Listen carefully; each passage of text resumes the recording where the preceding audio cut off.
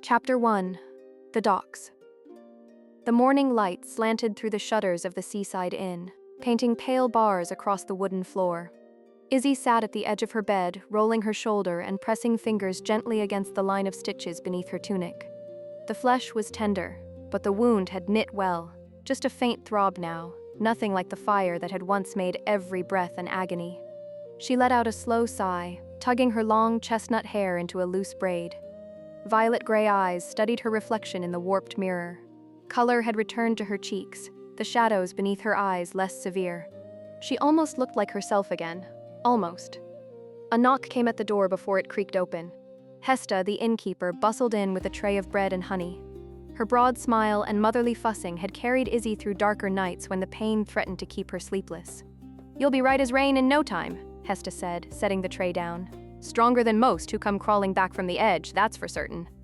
Izzy managed to smile. "Thanks, Hesta." "Bah." Hesta waved a hand, though her eyes shone warmly. "You and your friends brought enough life into this place to make the walls sing. Cerulea's rest won't be the same without you." Kaelen appeared in the doorway then, filling it with his hulking frame.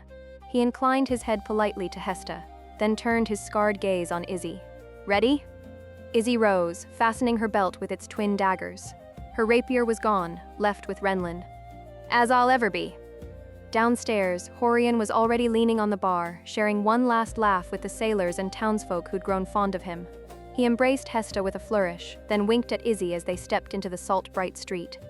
The tavern across the way stood open, its doors yawning onto a haze of pipe smoke and stale ale. Izzy's eyes swept the crowd within, but Sirius was not among the drinkers or gamblers. She pushed through anyway, her heart giving a small, traitorous flutter of hope. "Empty. Not here," she murmured to Kaelen as they stepped back into the daylight. "Check the beach?" Horian offered, his grin a shade gentler than usual. The three made their way down to the sands, the surf rolling in foamy crescents. Children chased crabs across tide pools, and couples strolled hand in hand beneath fluttering gulls. Izzy searched every face but found no trace of pale hair, green eyes, or that infuriatingly calm smile. Her chest tightened. "He wouldn't just vanish again," Kaelen grunted. "Wouldn't he?" They lingered until the tide began to climb the shore. Finally, with no sign of Sirius, they turned toward the harbor. The cries of gulls mingled with the creak of rigging and the shouts of sailors. The ship bound for the mainland bobbed at the end of the pier, its hull dark against the glimmering sea. Izzy paused at the edge of the docks, her fingers tightening on the strap of her satchel. The disappointment she'd held at bay finally spilled through her expression. Not anger, not quite sadness, but a hollow ache. "We wait," she said firmly. "If he means to come, he'll come here." Kaelen nodded, silent as ever, though his eyes never left her. Horian leaned on the rail beside them, the sea wind ruffling his hair. For once, he didn't joke. Together they stood at the docks, watching the horizon and waiting for a ghost. The sea air carried the scent of brine and tar, gulls wheeling overhead as sailors loaded crates onto the waiting vessel. Izzy stood stiffly at the edge of the pier, arms crossed tight across her chest. Her violet gray eyes scanned the bustle again and again, though she already knew she wouldn't find him. The longer she searched, the more her disappointment hardened into something she hated to feel: vulnerability. She pressed her lips into a thin line, willing it to vanish from her face, but Kaelen saw it anyway. His silence was steady, though the weight of his gaze lingered at her side. "Well," Horian broke in, clapping his hands together as if to cut through the gloom. "If he's not coming, he's not coming. The sea waits for no man or elf." His grin softened when Izzy didn't answer. "Best we board before the captain decides he's done waiting on us."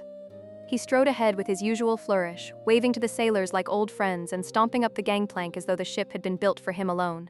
Halfway up, he turned and cupped his hands to call back. "Come on then, unless you mean to stand there sulking until the tide carries us without you." Izzy exhaled sharply through her nose, uncrossing her arms only to cross them again tighter. Kaelen arched a brow, then jerked his head toward the ship. "He's right, let's go." Together they walked the gangplank, the boards creaking under Kaelen's weight, the salty spray rising to kiss their boots. Izzy's heart thudded heavier with each step, not with excitement but with a hollow echo of disappointment. Sirius had left without a word. That, she told herself, was all she needed to know. Then her gaze lifted, leaning lazily against the railing of the deck, one arm draped with effortless ease, was Sirius.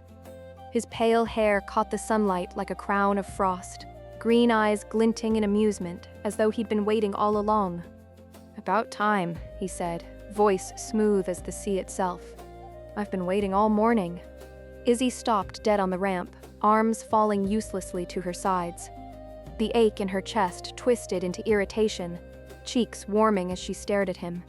Kaelen growled low in his throat. "You were here the whole time?" "Where else would I be?" Sirius replied. Horian's laughter boomed across the deck, startling a gull into flight. "By the gods, you sly bastard! Nearly had her tearing the beach apart looking for you!" Relief rushed in like the tide, warming Izzi's face despite the cool sea breeze.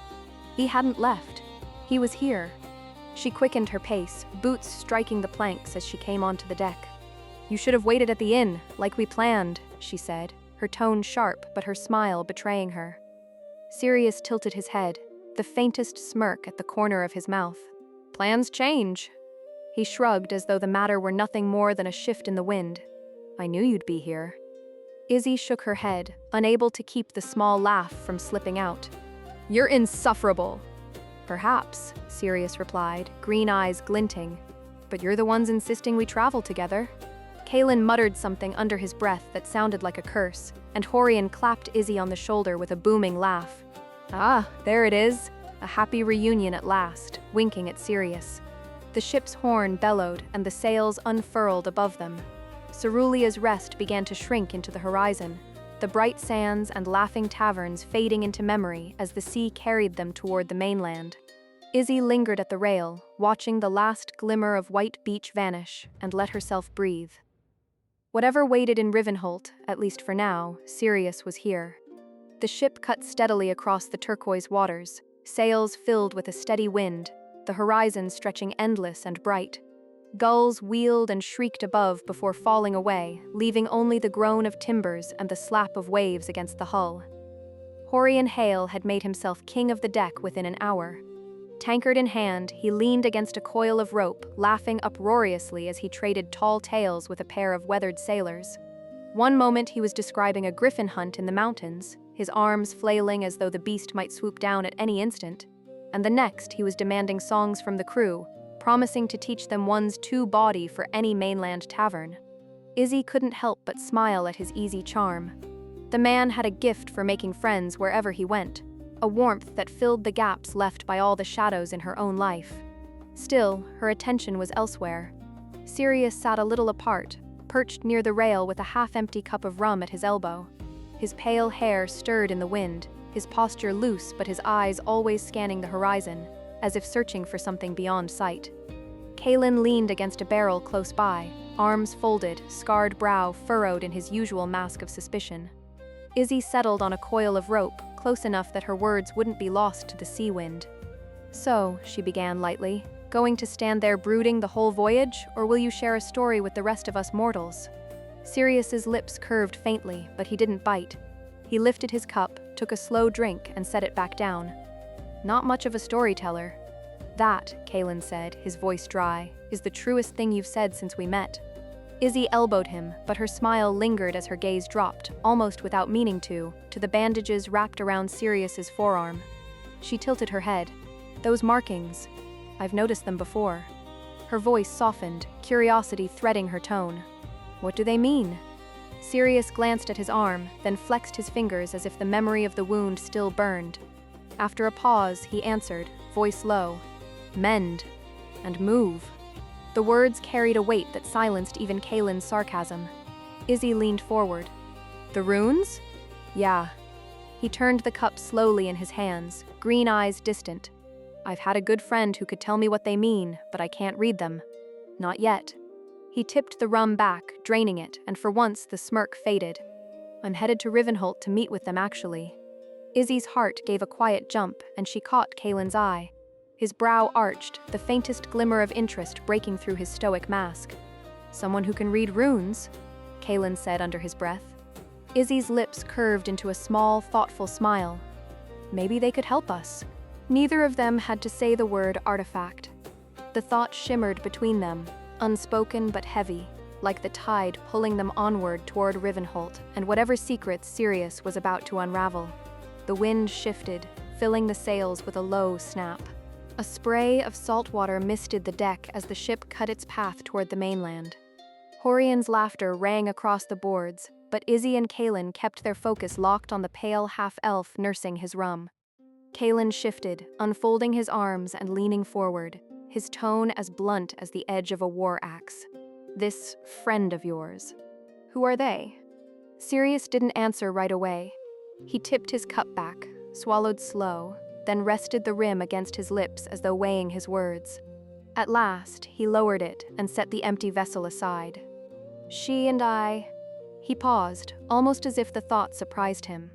"We go back a long way. Longer than you'd guess." His voice softened, stripped of its usual mockery. "She's well studied, knows more about runes than any scholar choking on ink and dust in their libraries. A force of nature. Like me." Izzi blinked. In all their time together, she'd never heard Sirius speak of anyone with such warmth. The shift unsettled her as much as it intrigued her. Another woman, another piece of his past that didn't fit neatly into the cool, untouchable mask he wore. "You've never spoken of her before," Izzi said, her voice quieter than she intended. Sirius's lips quirked, but the smirk didn't reach his eyes. "The topic never came to pass." Kaelen grunted, unimpressed. "So she can read runes. That explains why you're bound for Rivenholt." But Sirius finally looked between them, his green eyes sharp but not unkind. "It's my business, same as your secrets are yours." He leaned back against the railing, folding his arms. "But since you're prying into my affairs, perhaps you should answer in kind." Izzi tilted her head. "What do you mean?" "I mean," Sirius said, voice low and steady, "why are you looking for rune readers? What's your endgame?" His gaze lingered on Izzi, then shifted to Kaelen. "Fair trade, don't you think?" Izzi and Kaelen exchanged a glance. No words passed between them, but the weight of the decision hung heavy. At last, Kaelen gave a slow nod. Izzi followed, her throat tightening as she spoke the truth aloud. "We're searching for an artifact," she said. "A piece of something older than kingdoms, older than the histories we're allowed to read. The artifact of Thalen." Kaelen's jaw tightened. "Runes are the only map we've got. Without them, we're walking blind." For a moment, the only sound was the creak of the rigging and the endless rush of the sea. Sirius studied them, his expression unreadable. Then, slowly, he smiled. Not mockery, not smugness, but something closer to satisfaction. "Now we're getting somewhere." The deck rolled gently beneath them, the sails full and taut. A hush seemed to settle between the three as Sirius regarded them, the faintest shadow of amusement touching his mouth. "A legend, isn't it?" he said at last, voice smooth as the sea. "A story whispered in libraries and taverns. Something to frighten children into respecting the gods, or to keep treasure hunters busy chasing their own tails." Izzi bristled. "It's no legend." Kaelen's voice was firmer, steady as stone. "We've seen a piece of it. We had it, until it was taken from us." Sirius's eyes flicked between them, green irises catching the sunlight like fractured glass. For a moment, his expression was unreadable, but Izzi caught something there, recognition, or perhaps certainty. He masked it quickly with a casual lift of his cup, though the rum within was long gone. "I've heard the stories," Sirius said, his tone carefully measured. "The tales passed along by men too drunk to remember their own names. A shard of power scattered across the realms. But tell me, Izzi." He leaned forward slightly, his gaze holding hers. "Do you even know what it is?" Izzi hesitated. Her mouth went dry, but she forced the words out. "No, not exactly. Only that it holds power. Enough to change the world." A faint smile tugged at Sirius's lips, not mocking this time, but sharp and knowing.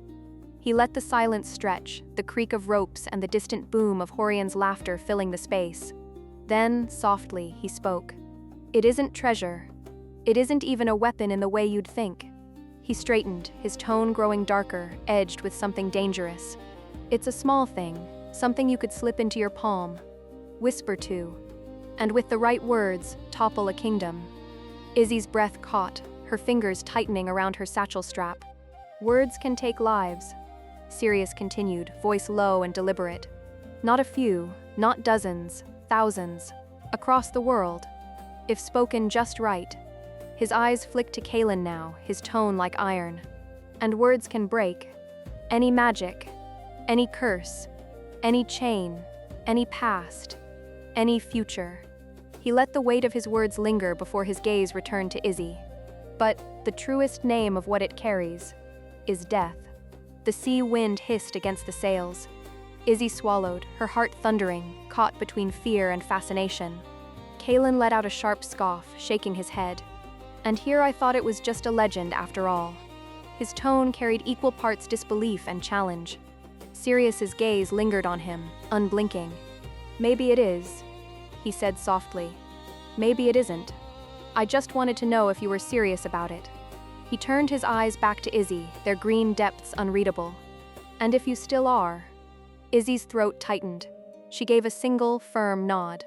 We are. Kaelen crossed his arms, his tusked grin grim. Sel. He caught himself before naming her, then growled instead.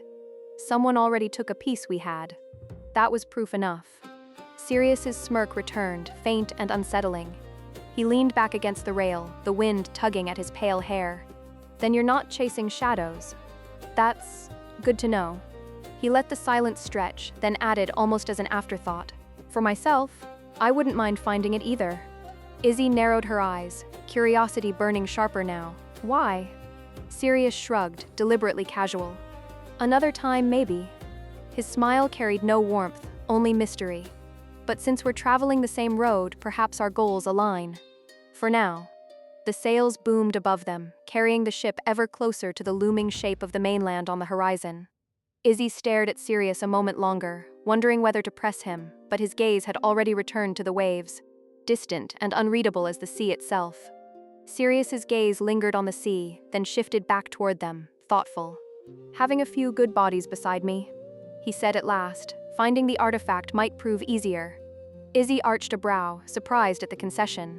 Then, with a faint curl of his lips, he added, Just promise you won't get caught off guard by sirens again. For a heartbeat, Izzi blinked, then let out a short laugh. The jab was unexpected, the first true joke he'd ever aimed her way. She chose to let it pass without sting, shaking her head. Don't worry. I learned fast. Kaelen grunted, but this time it wasn't disapproval. His scarred mouth quirked at the corner, as though he too recognized the shift. Sirius, guarded and enigmatic, was finally letting cracks of comfort show. Izzi felt it too, the weight in her chest easing. Maybe, just maybe, he was starting to trust them. Then to the artifact, Horian's booming voice cut in, appearing at just the right moment with 3 mugs of rum snatched from the sailors' stores. He shoved one into Kaelen's hand, pressed another into Izzi's, and raised his own high. Sirius lifted his empty cup, tapping it against theirs with a soft clink. To the Thalen, Izzi echoed, her voice steady. Kaelen gave a solemn nod, and to seeing it before anyone else does. Sirius's green eyes glinted as he murmured the words last, almost to himself. To the artifact. They drank, the taste of salt and fire on their tongues, while the ship carried them ever closer to Rivenholt and to the dangers waiting there. Chapter 2. Arrival. The ship's horn bellowed as it cut into the harbor, sails furled and ropes tossed ashore. Izzi leaned against the rail, eyes narrowing as the docks of Rivenholt came into view. It was not Cerulea's Rest. The water here was murkier, a darker green that slapped against barnacle-crusted pilings. The upper docks gleamed with polish, fresh paint on timbers, banners snapping proudly in the wind, merchants shouting their wares beneath brightly striped awnings. It was the face Rivenholt showed to traders and dignitaries. Prosperous, bustling, clean. But beyond the cosmetic shine, Izzi's keen eyes caught the truth. Shadows pooled beneath the wharves where the tide sucked against stone foundations. Rougher ships sat lower down the piers, their sails patched, their crews grim-faced. Here, coin could buy anything, from contraband spices to human lives.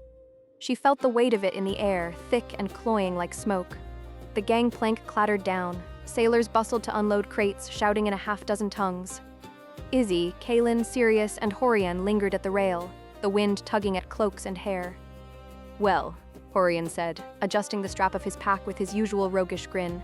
This is where our roads part, friends. Izzi turned sharply. You're not coming. The ship continues north up the coast, Horian explained, his tone softer now. Another port, another job, you know how it goes. But don't mistake it for farewell. He swept her into a fierce embrace, his laughter hiding the hitch in his breath. "You'll always be welcome at Cerulea's Rest. Always. Even you, Sirius." Sirius arched a brow, the faintest smirk tugging his lips. How generous. Horian clapped him on the shoulder anyway, with the kind of force only he could muster. Generosity is what keeps the world spinning, friend. Don't forget it. Kaelen and Horian clasped wrists, the orc's deep voice rumbling. "Until next time." "Until next time," Horian echoed. With one last grin, he strode back across the deck, calling to the sailors with all the bluster of a man who refused to say goodbye. Izzi lingered, her chest tight as she watched him vanish into the bustle. She hated goodbyes, but this one, at least, came with a promise. When the three of them turned toward the city, Sirius lifted a hand, gesturing toward the rising sprawl beyond the piers. "There." His voice carried with quiet certainty. "The inn we'll be staying at."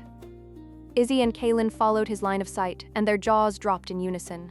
The building towered over the street, white stone polished to a shine, its balconies trimmed with wrought iron, lanterns glowing warmly at each corner. Carriages clattered past its grand arched entrance where liveried servants hurried to and fro. "That's an inn?" Kaelen muttered. "Looks more like a noble's villa," Izzi said, wide-eyed. "We can't afford that." Sirius merely strode ahead, unconcerned. From his pocket, he flicked a coin into the air, the same one Izzi had given him in Cerulea's Rest for the griffin hunt. He caught it neatly, then tucked it away again. "Already paid for," he said. "Your coin covered it." His smirk deepened at their stunned faces. "Drinks on me once our business is finished." Izzi shook her head in disbelief, a laugh slipping past her lips despite herself. Kaelen just muttered a curse, trailing after them as they crossed into the heart of Rivenholt, a city gleaming on its surface, but rotten beneath. The inn's doors swung open at their approach, a pair of liveried attendants bowing low. Inside, polished marble gleamed beneath their boots, and chandeliers cast warm golden light over velvet-draped walls. The air smelled faintly of lavender and citrus, not fish and tar, not sweat and ale. Izzi stopped just past the threshold, turning slowly to take it all in. Her violet-gray eyes widened. "By the gods," she whispered, "this is ridiculous." Kaelen grunted in agreement, though his tone carried a note of discomfort. He shifted in his simple leathers, clearly feeling out of place beneath the gaze of a dozen finely dressed patrons. "Back in our early days, we were lucky if the inn roof didn't leak on our heads." Izzi laughed softly, memories surfacing of drafty attics, straw pallets, and barkeeps who demanded coin up front lest they bolt in the night. "Or if the stew didn't poison us, or if the bedbugs didn't poison us," Kaelen countered dryly, and even Sirius turned to look at him in amusement. Izzi shook her head, grinning. "Strange, isn't it? After everything, we're starting to get used to this." She gestured at the gleaming chandeliers, the velvet curtains, real beds, hot meals, servants who bow. Kaelen's tusked grin was sharper, but not without warmth. "The road won't let us grow soft. Next time we're out there, it'll treat us twice as poorly, just to balance the scales." "Probably," Izzi admitted, her smile fading into something fonder, more thoughtful. But for tonight, she glanced toward Sirius, who was already speaking quietly with the innkeeper, arranging rooms without hesitation. Tonight, maybe it's all right to enjoy it. Kaelen followed her gaze, then shrugged, his voice lower. "If nothing else, it's nice to see him pretend to treat us." Izzi smirked, stifling a laugh, and together they followed Sirius deeper into the opulent inn. The city outside buzzed with trade, lies, and shadows, but within these walls, for one night at least, they could breathe. The innkeeper led them up a winding staircase lined with polished banisters and gilded sconces. Plush carpets muffled their steps, each landing opening onto quiet halls where the air smelled faintly of roses and fresh linen. At last, the innkeeper stopped before a tall oak door, polished so brightly it reflected their faces. With a bow, he swung it open. Izzi stepped in first, and froze. The room stretched wide, easily 3 times the size of the cramped attics she'd grown accustomed to on the road. Sunlight streamed through tall, arched windows draped with pale silk curtains. 2 great feather beds stood side by side, their quilts embroidered with golden thread. A carved wardrobe loomed in one corner, its doors painted with hunting scenes, while a tray of fruit and wine rested on a low table between plush armchairs. Izzi trailed off, her chest tightening with something between awe and disbelief. "Beautiful," Kaelen grunted, trailing her inside. He touched one of the beds with a calloused hand, pressing the quilt as though to make sure it was real. "Soft," he muttered. "Too soft. The road'll make us pay for this later."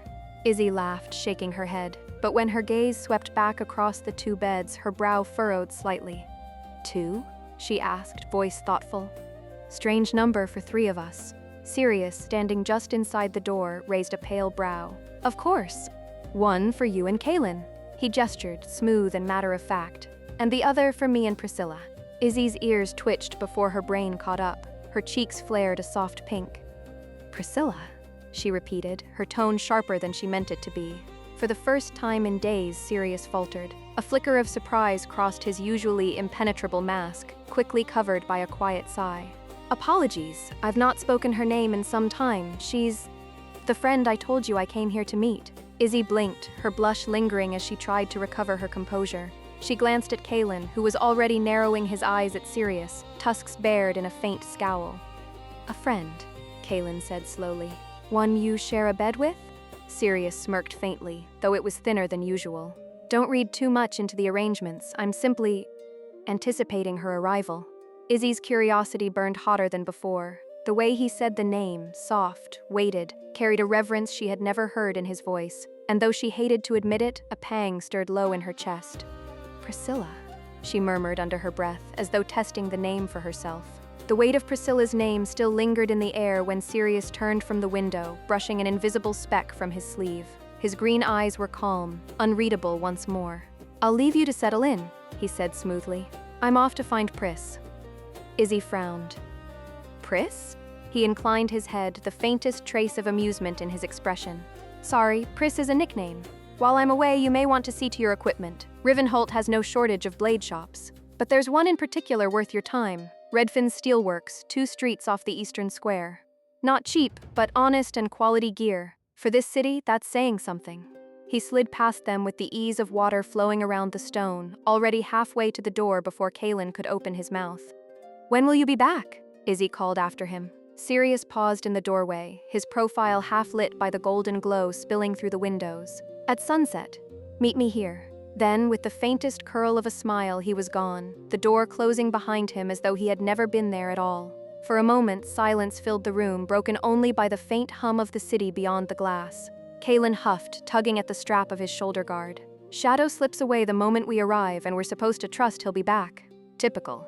Izzy didn't answer right away. Her hand drifted to the hilt at her hip, the twin daggers sharp but insufficient. Her rapier, the weapon that had been part of her for so long, was gone, left behind in Renlin's hands. The absence weighed heavily. Kaelen must have noticed the shift in her eyes, because his brow furrowed. How are you planning to pay for this new steel? Izzy touched the small pouch at her belt. The jingle was far too light. She smiled anyway, a mischievous glint returning to her gaze. If I don't have enough, I'll just have to turn my charm up a notch. She winked. Flash a smile, make a promise or two. Kaelen grunted. Charisma doesn't buy iron. And if all else fails, Izzy smirked, nudging his arm with her elbow.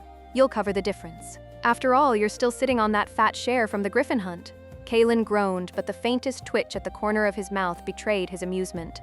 I knew letting myself get talked into that job would cost me more than scars. Izzy laughed, the sound chasing away some of the tension Sirius had left behind. She tugged her braid tighter, then gestured toward the door. Come on, let's see if this Redfin Steelworks is as honest as he claims. Together, they stepped out into the streets of Rivenholt, the din of merchants, clatter of carts, and distant toll of bells welcoming them into the city's heart. The streets of Rivenholt unfolded before them like a tapestry of color and sound. Cobbled avenues thrummed with the clatter of wagon wheels, the calls of merchants hawking their wares, and the scent of spices thick in the air. Cinnamon, saffron, and roasted meats blending into a dizzying perfume. At every corner, voices called out, finest silks from the eastern reaches, enchanted trinkets, luck charms that never fail, steel cheap as dirt, strong as a dragon's scales. Hands thrust bolts of cloth, baskets of fruit, and even live chickens in their path. Kaelen waved most of it off with a grunt, though Izzy found herself grinning at the chaos. She had spent much of her life moving through cities as a shadow, but this was the raw pulse of trade, loud and alive. Mercenaries lounged against doorframes, armor clinking, their eyes sharp for work. Mages in robes of deep indigo and crimson strolled past, charms glittering at their throats, the faint tang of ozone trailing in their wake. Street performers juggled knives for copper coins, children darting between their legs to snatch stray scraps. And then Kaelen stiffened before blinking in surprise. Across the square, an orc strode through the crowd, broad-shouldered and tusked, his green-gray skin marked by scars of old battles. He carried himself with the same wary weight Kaelen knew too well, but his gait was unbowed, unashamed. For the first time since they'd entered the city, Kaelen's jaw eased. His shoulders, always tense in cities, seemed to drop just slightly. He didn't speak, but Izzi caught the flicker of recognition in his eyes. A reminder that even here, in the crush of stone and strangers, he was not alone. "Not so bad, is it?" Izzi teased, brushing her hand against his arm as they wove through the throng. Kaelen grunted, but his lips twitched into the faintest curve of a smile. They pressed on, guided by Sirius's directions. Eventually the noise dulled as they turned onto a narrower street lined with smithies and armorers, the air sharp with the scent of metal and smoke. A carved wooden sign swung above a tidy storefront. Redfin's Steelworks. Inside, the air was cooler, the noise of the streets muffled. Weapons lined the walls, gleaming beneath lantern light, swords, spears, and axes polished to a shine. Racks of rapiers stood near the front, their hilts glittering with engravings and jewel inlays. A man bustled out from behind the counter, his long apron stained with soot but his smile quick and eager. His eyes flicked from Izzi's lithe frame to Kaelen's towering bulk, and his grin sharpened. "Welcome, welcome, travelers I see. You've come to the right place." He rubbed his hands together, voice oozing charm. "Tell me, what are you in the market for? A fine blade for the lady? A heavier piece for the brute?" Izzi arched a brow, her lips quirking into the faintest smile. The way his gaze darted between them was calculating, already searching for the quickest way to bleed them of coin. Kaelen's tusks bared in a low growl. "Careful how you speak." But the clerk only chuckled nervously, bowing with exaggerated flourish. Of course. No offense meant, good sir, only eager to provide what you need. A discerning pair like you deserve the finest steel Rivenholt can offer." He gestured toward a rack of rapiers whose hilts glittered a little too brightly, their edges suspiciously dull despite their polish. The clerk's grin widened as his eyes flicked to Izzi's belt, lingering on the gleam of her twin daggers. He spread his hands as though unveiling a secret. "So? A light sword for the lady?" He gestured toward the rack of rapiers with a flourish. "Something elegant, sharp enough to carve a path and shine on any dueling floor?" Izzi's brows arched, and she rested a hand lightly on her hip. "Or perhaps..." The clerk leaned closer, his gaze dropping to her daggers. "New steel for those blades. I can see the wear, nothing lasts forever, even for one with your grace." Izzi smirked, more amused than flattered. "Or..." The clerk turned abruptly, clapping his hands together as his eyes fell on Kaelen. "Something sturdier for the gentleman. An orc of your stature shouldn't go without steel that matches it." Kaelen's grunt was low and unimpressed, his arms folding across his chest. Izzi tilted her head, her copper-streaked hair brushing over her shoulder. "I'm here for a rapier. It doesn't need to be perfect, just sharp enough to keep me alive." "But..." Her violet-gray eyes gleamed, testing the man. "I'd like to see your finest alongside your mid-range. I prefer to compare for myself." The clerk's grin nearly split his face. Of course. A wise woman, very wise. Let me show you." He bustled to the rack, lifting 2 rapiers and laying them across a velvet cloth on the counter. One had a gilded hilt wrapped in ornate wire, its blade etched with curling patterns, a showpiece that gleamed brightly in the lamplight. The other was simpler, plainer, the polish thinner, but still balanced well in the hand. "Here," he exclaimed, lifting the first with a reverent flourish. "A rapier fit for nobility. Gold filigree, fine grip, edge straight as truth itself. Nothing in Rivenholt finer." Izzi took it, testing the weight. It gleamed, yes, but when she ran her thumb lightly along the edge, it felt duller than it looked. The balance was off too, leaning heavy toward the hilt. Still, she masked her skepticism, setting it aside without comment. The clerk leaned in, his voice dropping as though sharing a secret. "And this one." He offered the plainer blade, more modest but still forged with care. "For someone who needs a blade to last." Izzi turned it in her hand, swinging lightly. It felt serviceable, better balanced than the gilded one, but nothing remarkable. "And yet," the clerk pressed, pulling her attention back to the ornate weapon. "This beauty, this will endure. A tad expensive, yes, but a quality blade built to last a lifetime. Surely a woman of your skill deserves nothing less." He watched her closely, eyes sharp, waiting for her to bite. Izzi and Kaelen exchanged a glance, then settled on the 3rd blade the clerk had brought forth. Sleeker than the others, it looked better balanced, its steel catching the lantern light in a cleaner sheen. Not perfect, but more convincing. "This one will do," Izzi said, resting the blade flat on the counter. The clerk's grin widened, avarice flashing in his eyes. An excellent choice, my lady. Truly a blade worthy of you. Now, to settle the matter of coin. He slid the weapon toward the edge of the counter, palm open expectantly. A soft voice cut through the space like a breeze through still air. Ephraim, Sirius said. The sound of his name made the clerk stiffen. Both Izzi and Kaelen turned, startled, as Sirius stepped quietly into the shop. He moved like a shadow, his pale hair stirred faintly by the draft from the door. His green eyes flicked from the rapier on the counter to the clerk, then back again. You're not selling them this one, are you? Sirius's tone was calm, but there was an edge to it, sharper than steel. Where is your father? Where is the good steel?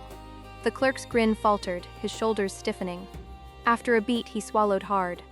My father died 10 years ago. Sirius froze, the words hitting him like a blade to the chest. His posture faltered, just slightly, and for a heartbeat his mask slipped. He studied the young man, eyes tracing the lines of his face, the way his jaw set. Ah, Sirius said softly, almost to himself. Of course. It's been a while since I was last here. He tilted his head, his expression somewhere between disbelief and recognition. Ephraim blinked, his lips parting. I don't remember you. Sirius gave the faintest, wistful smile. I wouldn't expect you to. You were but a boy last time I was here. A silence hung heavy in the shop. Then, with a short bow of his head, Ephraim excused himself, disappearing into the back room. Izzi and Kaelen turned toward Sirius. For once, his figure seemed smaller, shadowed by something deeper than the present moment. A sadness clung to him, etched in the line of his jaw and the distant look in his eyes. I'm sorry, Izzi said softly. Kaelen gave a slow nod, his deep voice carrying weight. So am I. For your friend. Sirius didn't meet their eyes. He only murmured, Time goes by so fast. The words lingered in the air like smoke until the door at the back creaked open. Ephraim returned, cradling two blades carefully in his arms. They were different, finer. Their steel gleamed with a depth that spoke of true craftsmanship, hilts wrapped in worn but sturdy leather, each carrying a subtle elegance that needed no gaudy decoration. These, Ephraim said, his voice quieter now, tinged with both sorrow and pride, are the last two rapiers my father made. His final work before he passed. He set them on the counter reverently, running a finger along the fuller of one blade. I'll sell one to you, since you're the one who seems to remember him. But the other stays with me. It belongs to the family. Sirius's gaze lingered on the two rapiers resting on the counter, the lamplight glinting off their steel. For a long moment he was silent, as though weighing something more than the blades themselves. At last he lifted his eyes to Ephraim. Are you sure? Sirius asked quietly. Ephraim nodded, his jaw set but his voice steady. I'm sure. My father's work deserves to be used, not gather dust. One will stay with me, the other, let it find its road. Sirius inclined his head, a rare solemnity in his voice. Thank you. He reached out, taking the first blade with care, holding it up to the light. The first blade was long and slender, polished to a silvery sheen with faint ripples along the steel, evidence of careful folding. The hilt was wrapped in deep brown leather, softened by age, fitting the hand like a well-worn glove. The guard curled in a subtle, elegant loop, no ostentation, only purpose. It felt light, quick, eager to dance. Sirius tested the balance, nodding faintly. As fine as ever. He set it down gently, then lifted the second. The second blade bore a slightly darker sheen, the steel tempered to endure. Its fuller was etched with a faint, almost hidden line of runes. Not magic, but marks of pride, the maker's touch. The hilt was bound in black leather, firmer, stiffer, less forgiving to the hand but promising resilience. The guard spread wider, protective, ready to turn aside heavy blows. It carried weight, not unwieldy, but with the authority of something built to outlast its wielder. Sirius turned it slowly, his green eyes reflecting the steel. And this one. Strength and memory in every line. He lowered the weapon, setting it beside the first. His voice was quieter now, almost reverent. Both excellent, both worthy. He stepped aside, his hand gesturing toward Izzi. Go on, try them. The choice is yours. Izzi hesitated, her violet gray eyes flicking between the blades. Both called to her, one swift and graceful, the other steady and unyielding. She reached forward, fingers brushing the hilts, heart thudding as though she were choosing more than a weapon. Izzy's fingers lingered over the two hilts before curling around the first rapier, the dancer's blade. She drew it from the counter with a smooth motion, the steel whispering against the leather guard. The balance felt like an extension of her arm, light and eager, ready to move with her rather than against her. She gave it a short flourish, the tip cutting a gleam through the lamplight. "Yes," she breathed, her lips curving into a smile she hadn't felt since leaving her old rapier behind. "This one." Ephraim nodded, though a faint sadness tugged at the corners of his eyes. "Then it belongs to you." He named a price, modest, far below what the blade's quality deserved. Coins changed hands, and with a short bow, he slid the other rapier carefully back into its case. When they stepped out into the street, the hum of the market rising around them once more, Sirius cast a glance at Izzy's new weapon. His mouth curved into the faintest smirk. "He practically gave that sword away, you realize that, don't you?" Izzy tightened her grip on the hilt, smiling despite herself. Kaelen grunted as they turned down the cobbled lane. "And what about you? Did you find your friend?" The question made Sirius slow his steps. He stopped at the mouth of an alley, the noise of the market spilling around him. For a heartbeat, his face was unreadable. Then, finally, he exhaled and said, "About that." His tone was softer, tinged with something heavier than usual. "Things got a bit more complicated." Izzy tilted her head, unease curling in her chest. "Complicated how?" Sirius's eyes flicked toward the harbor, where gulls wheeled above the darker stretch of docks beyond the merchant quarter. His jaw tightened. "She'll be at the lower docks. Midnight." He turned back toward them, his expression unreadable but his voice steady. "For now, let's go back to the inn. Kill some time. I need a drink." The words hung between them as the crowd pushed and pulled, the smell of spice and smoke heavy in the air. Izzy and Kaelen exchanged a glance, both knowing this night would not end quietly. The common room of the inn glowed with golden light, the air filled with the hum of laughter and the clatter of silverware against porcelain. Soft music from a lute drifted from the corner, far gentler than the rowdy songs Izzy was used to hearing in taverns. The three of them sat at a polished oak table near the hearth.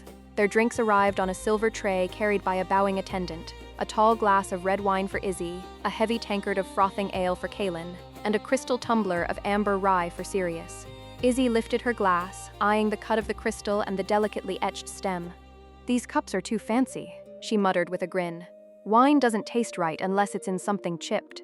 Kaelen chuckled into his ale, while Sirius raised his tumbler with the faintest smirk. "You'll grow into it."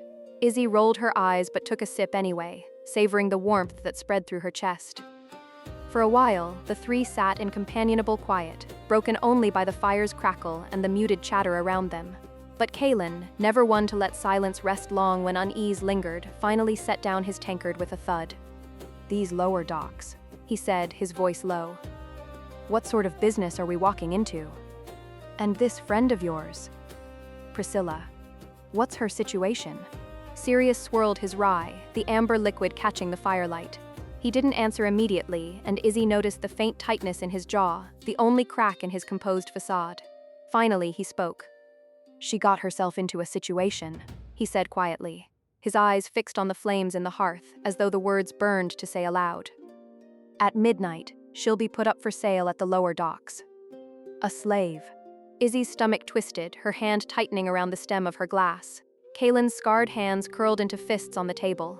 "She's the third girl to be sold off tonight," Sirius continued, his tone flat, almost clinical, though his eyes were sharp with something harder. "I'll bid for her, but keep your weapons honed and ready." His gaze lifted to meet theirs, steady and unflinching. "In case things don't go smoothly." A heavy silence settled over the table, broken only by the muffled clink of crystal and the low murmur of other guests. Izzy drew a slow breath, the firelight flickering in her violet-gray eyes. "Then we'll be ready." Kaelen grunted his agreement, his tusks bared in a grim smile. Sirius tipped back the last of his rye, setting the glass down with a quiet click. The weight of midnight pressed closer with every passing moment. Sirius set his empty glass down, his green eyes glinting in the firelight. "Good," he said, his voice low but firm. "Let's see how you use that new sword, elf." The docks at midnight bore little resemblance to the tidy merchant piers they had seen in daylight. The further they went, the cleaner streets gave way to rot and shadow. Lanterns hung on rusted hooks, their flames dim and guttering in the salt air. The smell of tar, fish guts, and rot mingled into a foul stench that clung to the tongue. Here the cobblestones were cracked, slick with slime where the tide lapped against the stonework. Warehouses loomed like crouched beasts, their shutters nailed tight, their walls scrawled with sigils to ward off watchful eyes.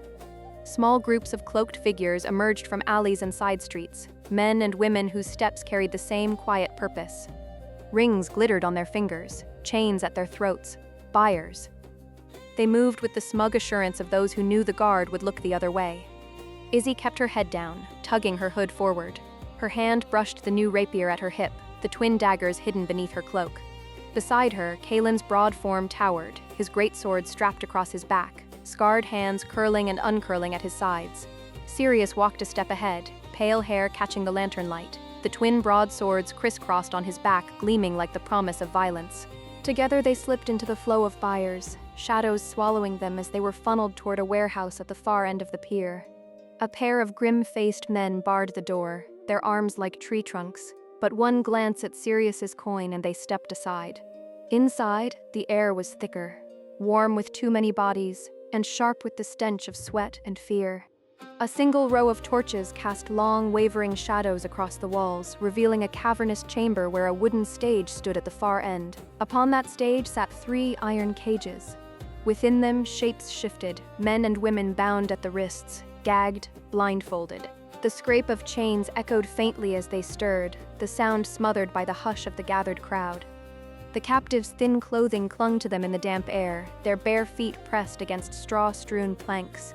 The buyers clustered together, their silks and jewels flashing in the torchlight, their whispers a low murmur of wagers and speculation. Some carried ledgers, others heavy pouches of coin. Faces shrouded in shadow, they eyed the cages like farmers inspecting livestock. Izzi's stomach churned. She forced her expression into something cold, calculating, the mask of someone who belonged here, but her hands itched for the hilts of her blades. Sirius slowed, turning his head just enough to speak over his shoulder. His voice was calm, almost too calm. "Stay sharp. If this goes poorly, steel will speak louder than coin." Then, without waiting for their reply, he moved forward. The crowd parted around him as if by instinct, his tall frame and the cross of steel on his back drawing wary glances.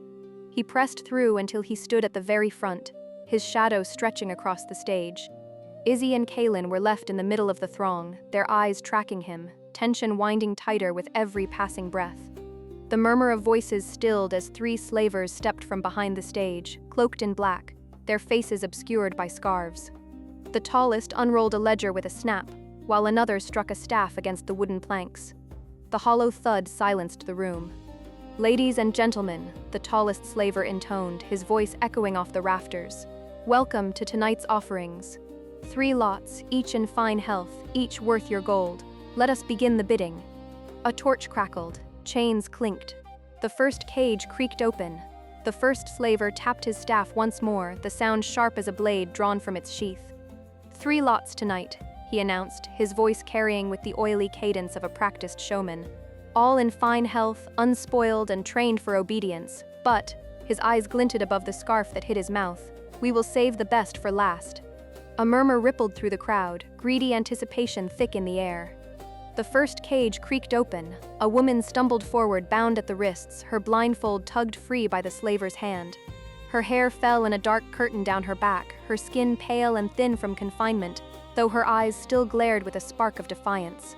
The slaver gripped her chin, forcing her head up so the crowd could see. "Lot 1, he said. Young, strong-bodied, and still spirited enough to keep her buyers entertained. He gave her a shake, making her stagger. Fit for household service or perhaps other purposes. Laughter and mutters rippled among the crowd. The bidding began at 50 silver. Voices rose quickly. 70, 90, 100 gold. Hands shot up, coin purses jingling. Izzi's knuckles whitened on her cup hilt.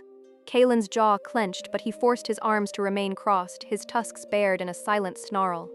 At last, the bidding ended at 200 gold. A fat man with jeweled rings waddled to the stage, puffing with satisfaction. The slaver tossed him a key, the iron clattering in his palm. The woman was led off stage, her eyes darting wildly as she was dragged into the shadows. Lot 2, the slaver called, striking his staff again. The second cage opened. A younger woman stepped out, hair bound in a braid, her skin sun-browned, her frame wiry. She blinked rapidly as her blindfold was stripped away, her eyes wide and fearful. Skilled with her hands, the slaver said with a flourish, a farmhand, raised strong. But her youth makes her pliable. She'll bend to a firm hand and she'll last for years. The buyers chuckled and whispered, weighing her as though she were nothing more than a mule. The bidding started higher this time, 100 gold coins. Voices rose, sharper now. 2, 3, 4.5. Coins flashed in the torchlight, the sound of greed filling the cavernous space. The slaver grinned as the number climbed. At 500 gold, the bidding stopped. A cloaked woman stepped forward, her face hidden but her purse heavy. She caught the tossed key with a gloved hand, then beckoned sharply. The young farmhand shuffled after her, head low, disappearing into the press of the crowd. The slaver raised his hands, the murmur dying into silence. And now, his voice lowered, savoring the words. Lot 3. The finest of the night, worth more than the others combined. He gestured toward the last cage, his tones swelling with pride. Beauty, intelligence, and obedience, a prize any master would envy. Izzy's heart hammered in her chest. Kaelen shifted beside her, his great hands brushing against the hilt of his sword. And at the front, Sirius did not move. His green eyes were fixed on the final cage, his jaw set, his body taut as a bowstring. The slaver's key turned with a grating scrape, the iron door swung wide, the last cage opened with a groan of iron, its hinges shrieking in protest. For a moment, the torchlight showed only shadow within. Then, slowly, she stepped out. Each movement was deliberate, drawn out, as though the slavers had instructed her in how to sell herself even in chains. Bare feet brushed against the straw-strewn planks of the stage. Ankles delicate, calves toned, her body outlined in sheer black silks, so thin they seemed almost like smoke clinging to her skin. Every curve was emphasized, every step calculated to draw eyes and purses. Her skin was fair, porcelain touched with the faintest flush, and under the torchlight it gleamed with a fragile sheen, like moonlight caught in glass.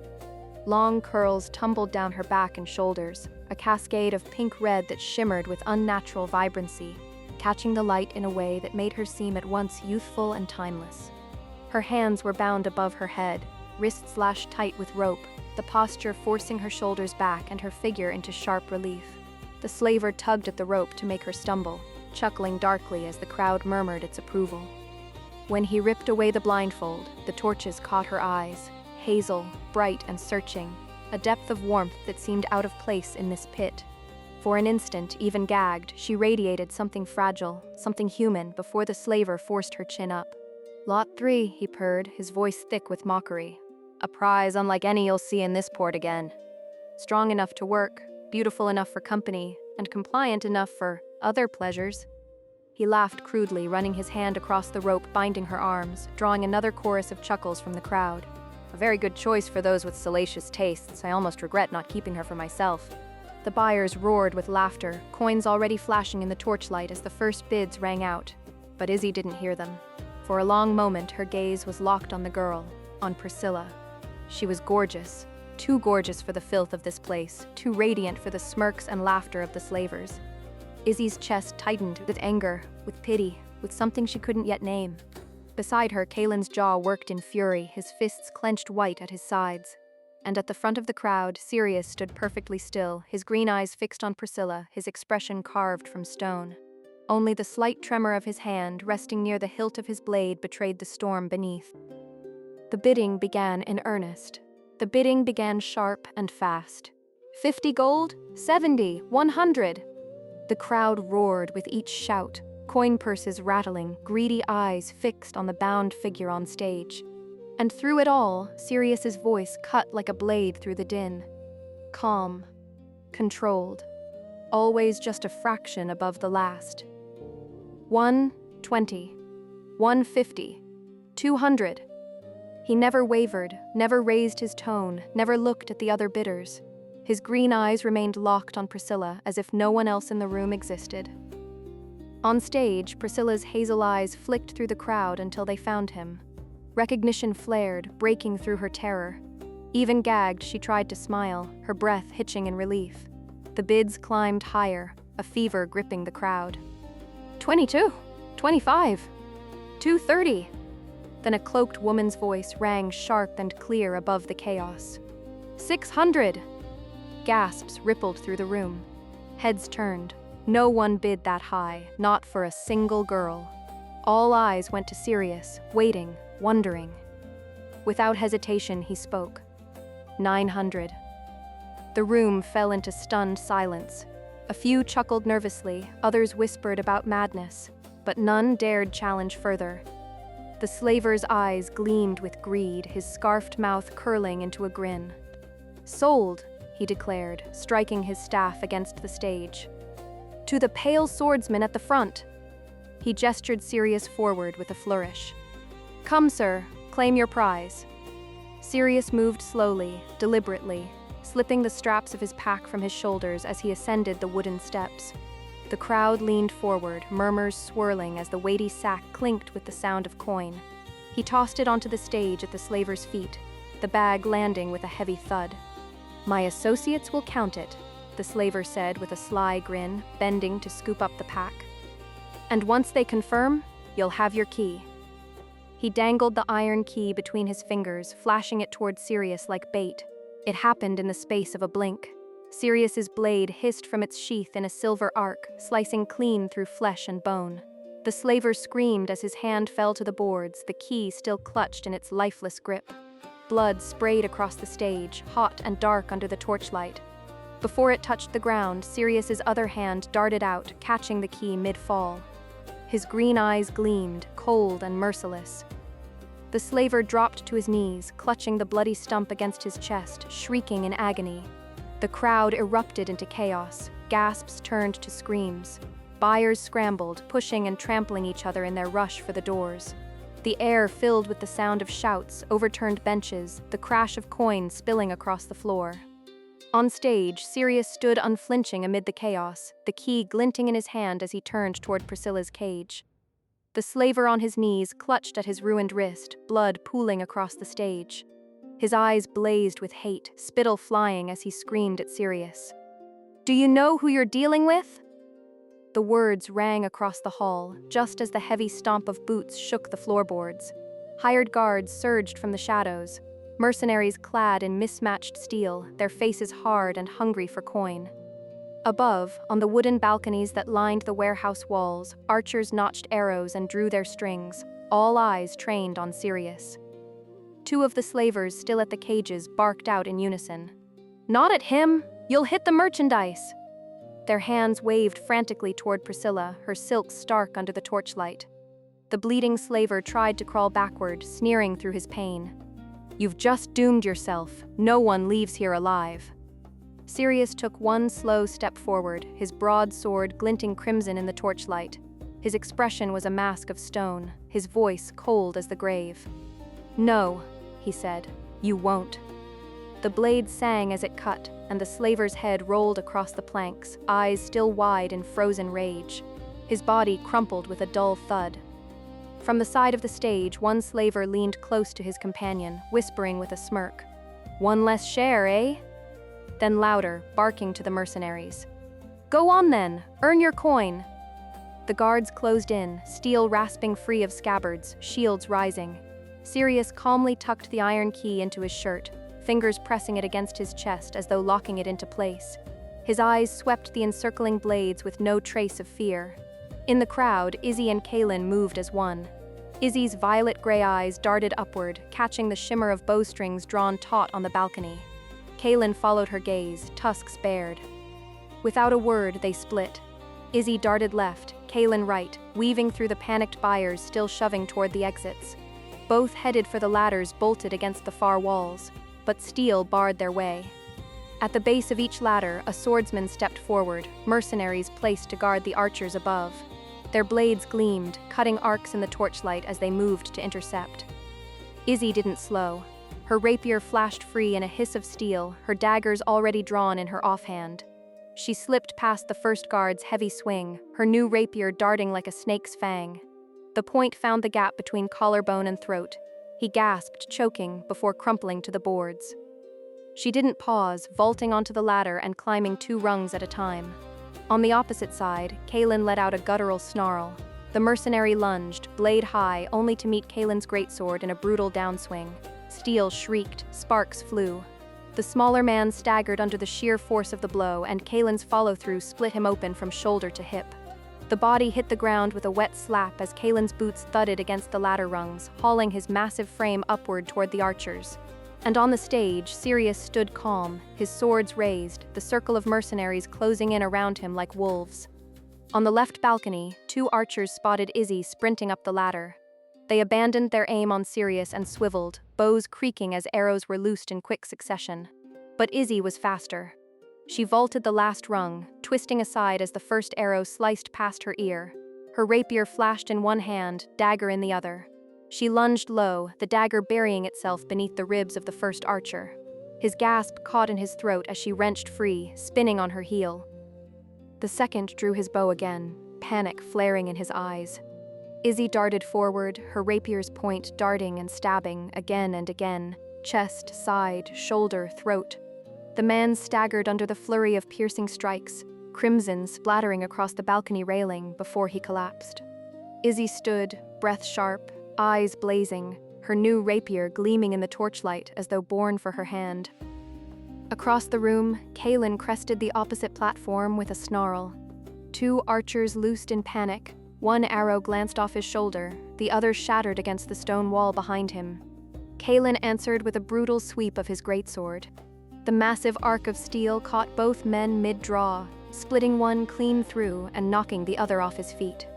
The body slammed against the railing and toppled over, crashing down to the stage below with a sickening crunch. Kaelen roared, tusks bared, as he turned his gaze downward toward the chaos beneath. On the stage, Sirius stood calm, surrounded. 6 mercenaries circled, blades out, shields raised. Their boots creaked against the planks, their eyes flicking nervously to the corpses already at his feet. Priscilla knelt just behind the bars, her hazel eyes wide, watching the storm about to break. Sirius raised only one of his swords, his pale hair catching the torchlight, his other hand loose at his side. The first man lunged. Sirius sidestepped, the broad blade cleaving across his belly, spilling him to the ground before he'd even realized he was dead. Another rushed in from behind. Sirius spun, the blade whipping up in a silver arc that carved across the man's throat. Blood sprayed, the merc choking on his own breath before collapsing in a heap. The circle closed. Sirius moved through them like water, smooth, efficient, merciless. A parry, a twist, a downward thrust through ribs. A slash that opened another from shoulder to hip. One after another fell, their cries lost in the roar of panicked buyers fleeing the building. At last, only one remained, a broad-shouldered mercenary with desperation in his eyes. He roared and swung, his blade arcing toward Sirius's side. Sirius did not raise his sword. He lifted the back of his bandaged hand instead, catching the strike as if it were nothing. The blade shuddered, then stopped, quivering inches from his skin. The runes beneath the wrappings flared, glowing faintly, a light that pulsed through the fabric like embers beneath ash. The merc's eyes went wide, confusion and terror freezing him in place. In the next instant, Sirius's sword punched through his heart. The man's scream died in his throat as he crumpled, sliding from the blade. Sirius pulled the steel free with a slow, deliberate motion, flicking the blood onto the boards. Silence. Only the crackle of torches and the ragged sound of Priscilla's breath remained. Sirius turned, stepping to her cage. He reached into his shirt, drawing the iron key, and slid it into the lock.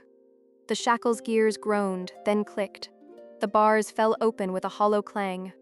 No words passed between them. The moment she was free, Priscilla surged forward, silks clinging to her as she threw herself into his arms. The chains fell uselessly to the planks, her bound wrists tangling against his chest. Sirius's arm came around her, drawing her close, his blade still slick with blood in his other hand. For the first time since Izzi had met him, a true smile touched his lips, faint, fleeting, but real. The slavers had scattered in the chaos, vanishing into the shadows of the warehouse's hidden corridors. Only one remained, a man pounding desperately on the barred back door, his fists raw, his voice hoarse with terror. They'd left him behind. By then, Izzi and Kaelen had descended from the balconies, boots crunching on blood-soaked planks as they stepped onto the stage. The scent of iron and smoke filled their lungs. Sirius held Priscilla close, though her gaze had already shifted past him, landing on Izzi and Kaelen. Her hazel eyes narrowed, cool and appraising. She leaned in, whispering something low in Sirius's ear. He sighed, his hand tightening briefly on her arm. "They're with me," he said aloud. Priscilla's expression soured, her lips pressing into a pout, but she gave a slight nod. Compliant, if not content. Kaelen's tusks glinted as his gaze flicked toward the slaver trapped at the rear, still clawing at locked doors. That one's not going anywhere. I'll take care of it, Sirius said, stepping away from Priscilla, but she broke from his arms with a sudden, feline grace. No, she said, her silks whispering as she moved. This one is mine. Izzi blinked, exchanging a startled glance with Kaelen as they watched her cross the stage. Her stride was almost playful, skipping lightly over blood-streaked boards, curls bouncing, as though she were a girl on her way to a festival. The slaver spun, his face pale and drenched with sweat. "Stay away!" he screamed, pressing his back to the door. "Stay away from me!" Priscilla's smile widened. She brought her bound wrists up, pressing her arms together, pushing the sheer silks tighter across her chest. "Oh?" she purred, her voice smooth as honey. "But I thought you and your friends wanted to do salacious things with me." The man's eyes went wide, fear warring with the memory of the cruelty he had boasted of minutes before. "No, stay back." Priscilla tilted her head, hazel eyes glimmering with mischief as she closed the distance step by step. She puckered her lips, mockingly sweet, and reached up to guide his chin toward her. Izzi felt her stomach twist. She shifted her weight forward, unsure whether to stop her. Kaelen's hand tightened on his greatsword's hilt. "Look away," Sirius said firmly, turning them with a steady hand on each of their shoulders. His voice carried the weight of command. The man's scream cut through the chamber, then choked off.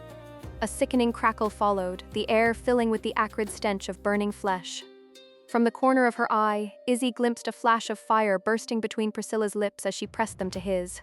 The flames poured into him, his body convulsing as fire raced under his skin, glowing red-hot veins crawling across his form. He burned from the inside out, his shrieks echoing until they broke into silence. When the body fell, smoldering and blackened, Priscilla stood over it. Her silks fluttered in the rising heat. She licked her lips delicately, then turned back toward the others as though nothing unusual had transpired. Izzi's breath caught. Kaelen muttered a curse under his breath, and Sirius only sighed, his hand running briefly over his face before settling once more into composure. "Come," he said. "We've drawn enough attention tonight." Chapter 3. Morning Embers. The four of them slipped through the midnight streets like wraiths, cloaks pulled tight. The dockside still howled with the echoes of chaos, panicked buyers scattering, mercenaries shouting into the dark, but fortune, or perhaps the cover of fear, let them vanish without challenge. By the time they reached the inn, the opulent glow spilling from its lanterns felt almost unreal. A world away from blood-soaked planks and burning flesh. They climbed the stairs quickly, the hush of velvet carpets swallowing the sound of their boots, until at last they shut the heavy oak door behind them. The silence held for only a breath. Sirius turned sharply, striding across the room toward Priscilla. Without hesitation, he smacked her lightly across the back of the head, not cruel, but firm, like a scolding from someone who'd done it before. "Idiot," he snapped, his green eyes flashing. "Getting yourself caught by slavers. Do you have any idea?" Priscilla pouted immediately, her lips pulling into a childish curve as she crossed her arms under her silks. "It wasn't my fault. I was tricked. Using your feminine charm to worm your way into places you had no business being. Look where it landed you." Priscilla gasped in mock offense, her silks fluttering as she crossed her arms beneath her chest.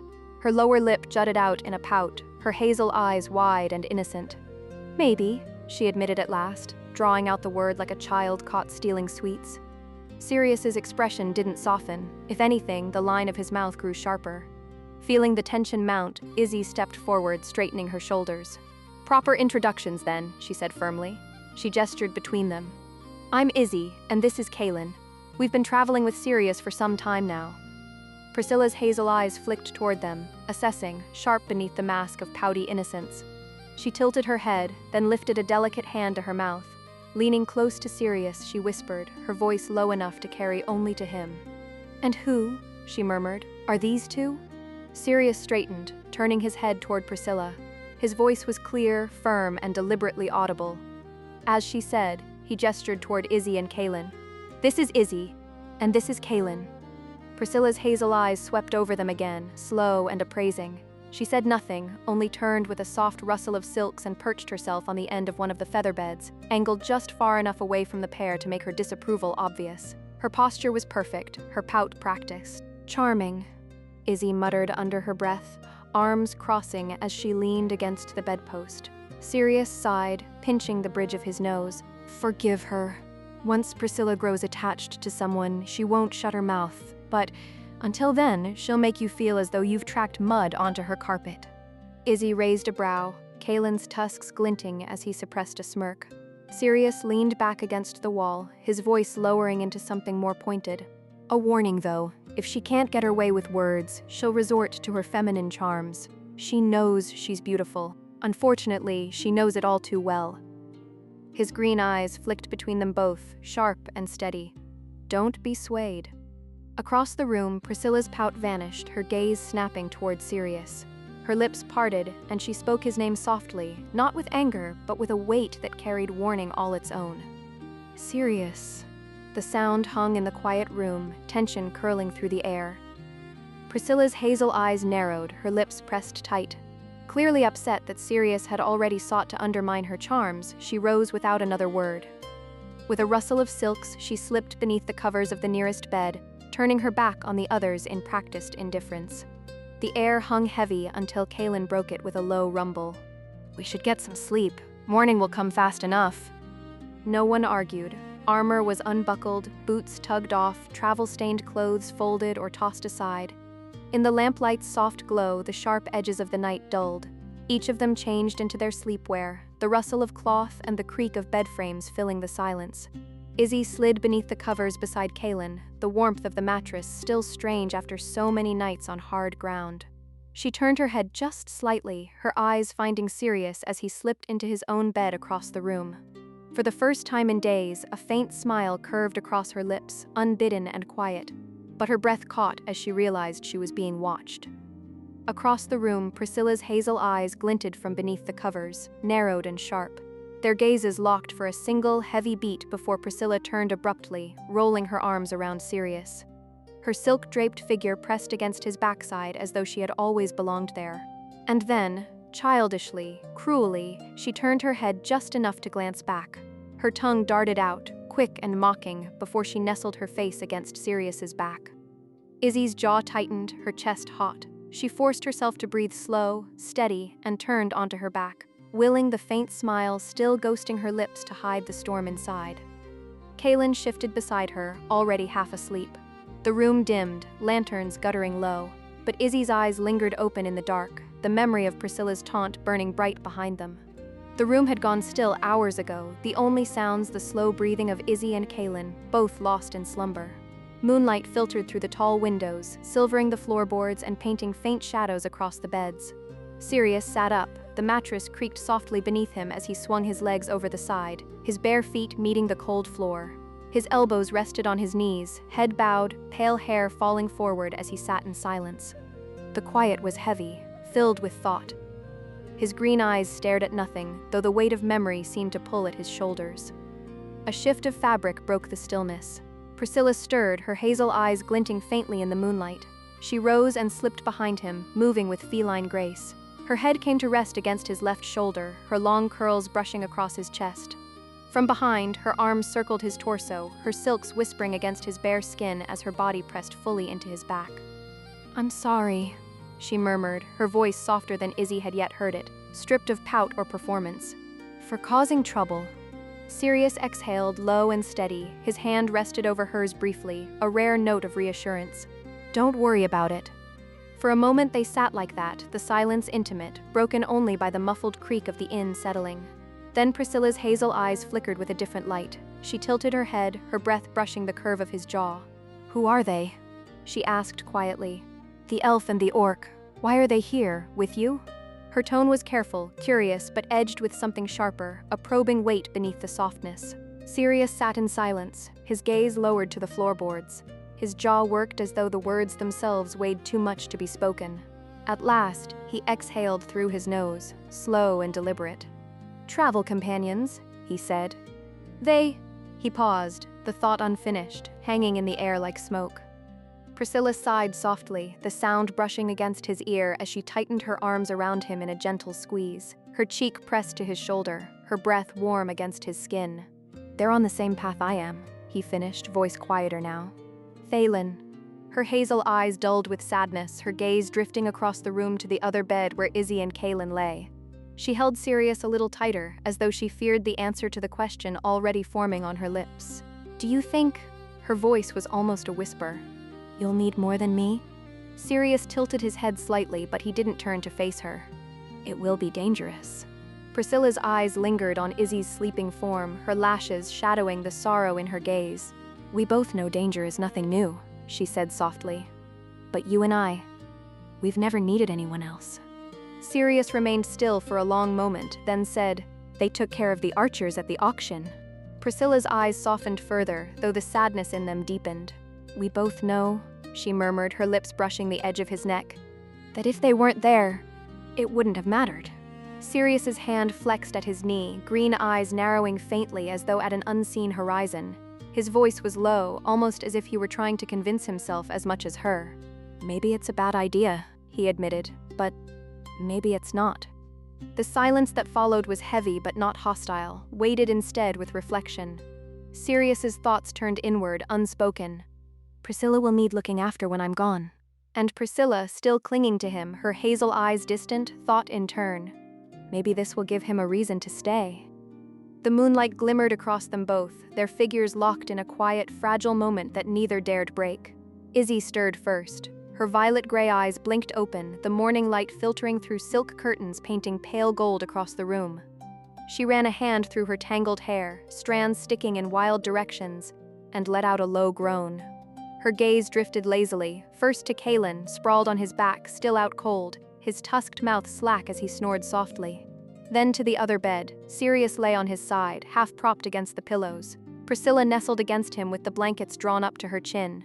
Her pink-red curls spilled across the linen in loose tangles, a halo of color stark against the white sheets. Izzy's chest tightened. She quickly shut her eyes again, rolling her shoulders with a long stretch, her arms reaching above her head until her joints popped. The sound stirred Sirius. He pushed the blanket aside and swung his legs over the bed, rising with smooth, deliberate grace. The light caught the pale strands of his hair as he straightened. "Good morning," Izzy said softly, her voice still heavy with sleep. Sirius gave her a short nod, his deep voice quiet but even. "Good morning." Behind him, Priscilla shifted. With a languid sigh, she sat up, arms arching above her head as she stretched into the air like a cat. The blanket slipped down with the motion, and Izzy's face flushed beet red in an instant. For the briefest of moments, Priscilla's chest was bare in the morning light, the silks she had worn the night before nowhere to be seen. Hazel eyes half-lidded with sleep, she seemed utterly unconcerned as she blinked at the room, her body shifting lazily against the sheets. Izzy snapped her gaze away, her cheeks burning hotter by the second. She pressed her lips together, fighting the urge to curse, though the heat rushing to her face made her expression impossible to hide. Cures the thought to herself, even her chest is immaculate. Priscilla, catching the reaction, tilted her head with the faintest, knowing smirk. Instead of tugging the blanket back up, she let it slide lower, baring her chest openly as she stretched again, languid and deliberate. Her hazel eyes flicked toward Izzy, holding her there as if daring her to look, to react, to feel that heat rising in her cheeks. The corner of her lips curved into something just shy of cruel. Izzy's face turned scarlet. She forced her gaze away, jaw tight, but the image still burned behind her eyes no matter how fiercely she tried to banish it. Her hands curled into fists under the blankets, her heart hammering harder than it had during the chaos of the auction. Priscilla lingered in the moment, her bare chest lifted as she arched her back with another cat-like stretch. Every movement was calculated, precise, and far too slow, a performance for an audience of one. Sirius, oblivious or unwilling to notice, pulled on his shirt at the edge of the bed, adjusting the bandages at his arm. Kaelen still snored like a boulder being rolled down a mountain, but between the two women, the air was heavy, charged. Izzy biting down her reaction, Priscilla basking in it with smug delight. Sirius finally glanced at Priscilla, his green eyes lingering for a moment before he shook his head with a sigh. "Ah, Pris," he said, his voice even but edged with weary amusement. "I've got to get you some clothes today." Priscilla leaned back against the headboard, her bare chest puffed forward with deliberate nonchalance. She didn't answer, only smiled at him, her hazel eyes glimmering with quiet mischief. "Yes," Izzi muttered, cheeks still red as she crossed her arms. "Can you put something on, please?" Priscilla only shrugged, her posture flawless as she continued to sit there pristinely, as though she were a queen gracing them with her presence. The silence broke with a sudden bellow. "Ah!" Kaelen's voice thundered through the room as his eyes flew open to the sight of Priscilla's naked form. He jerked upright, panicked, then promptly rolled off the side of the bed with a crash that rattled the floorboards. Priscilla smirked, her shoulders shaking as she let out a silent, breathless laugh, the sound caught only in the way her curls bounced with each tremor. Sirius, unfazed, stripped one of his tunics from the back of a chair and tossed it over her head with practiced efficiency. "Here," he said, his voice flat as steel. "Stop causing problems." Priscilla slipped into the garment with slow grace, still smirking as she tugged the fabric into place. Her hazel eyes flicked briefly to Izzi, the tiniest spark of triumph gleaming there before she looked away again. The inn's dining hall was quieter than the night before, the morning crowd still sparse. Sunlight filtered through tall windows, painting long golden bars across polished oak tables and gleaming silverware. The smell of fresh bread and roasted meats drifted from the kitchens, but at their table the air felt heavier, subdued. Sirius leaned back in his chair, eyes closed, arms folded loosely across his chest. Before him sat a short glass of rye, amber liquid catching the light. Beside him, Priscilla sat with perfect posture, curls cascading over her shoulders. She cast a sidelong glance at the drink, her nose wrinkling faintly. Without a word, she reached out with delicate fingers, sliding the glass from in front of Sirius. With a practiced motion, she slipped it beneath the edge of the table, tipping it to the floor. The liquid spilled silently into the rushes beneath their feet, vanishing before Sirius could notice.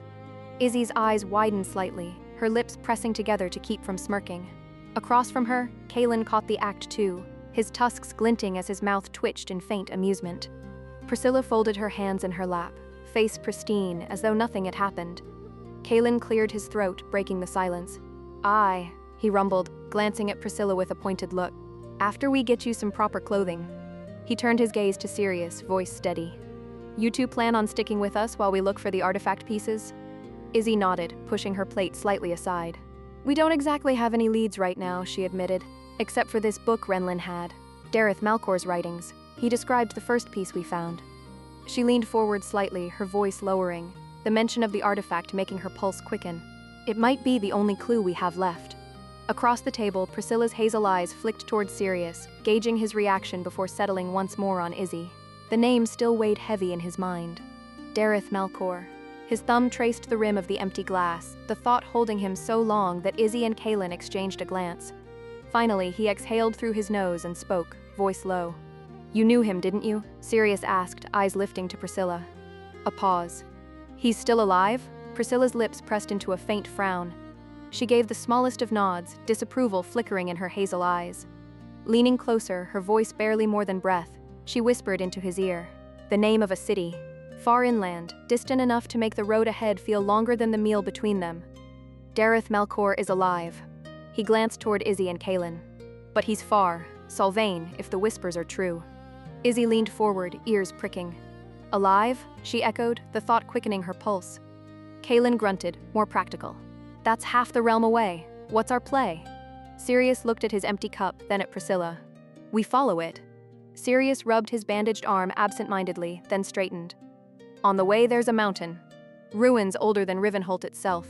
Wards and magics are strong enough that most can't pass or worse, die. I was planning to see it myself before heading further inland." His green eyes flicked between them. "If Dareth is our destination, the mountain should be our first stop." A silence settled as the weight of the road stretched out before them. Then Kaelen cleared his throat, shifting the mood. "Aye, but first things first." He turned his gaze squarely on Priscilla. "Clothes. Something proper." Priscilla's hazel eyes slid toward him, narrowing faintly, her lips pursed in a pout. "This tunic is fine." As she stood up, the tunic barely covered past her waist. Sirius shook his head, tone firm. "You're not walking beside me dressed like that. We'll get you something better before we leave the city." Izzi smirked into her cup. "Agreed." And so, after finishing their meal, they rose and stepped into the crowded market streets, bound for a clothier's stall. The markets of Rivenholt were already alive with noise and color. Stalls crowded the cobblestones, hawkers shouting over one another, fabrics of every hue swaying overhead like banners. Spices stung the air, mingling with the smell of steel and the tang of sea salt. Sirius strode ahead, his presence parting the crowd as naturally as a prow cleaves water. Beside him, Priscilla drifted with a dancer's poise, her long curls bouncing, still wrapped in the oversized tunic he had thrown over her the night before. Izzi and Kaelen followed a pace behind, watching the two as they stopped here and there to glance at a stall. It wasn't long before Priscilla bent slightly at the waist to examine a bolt of fabric, the hem of Sirius's tunic riding high, revealing more than it should have. Izzi's eyes went wide. Heat rushed to her face.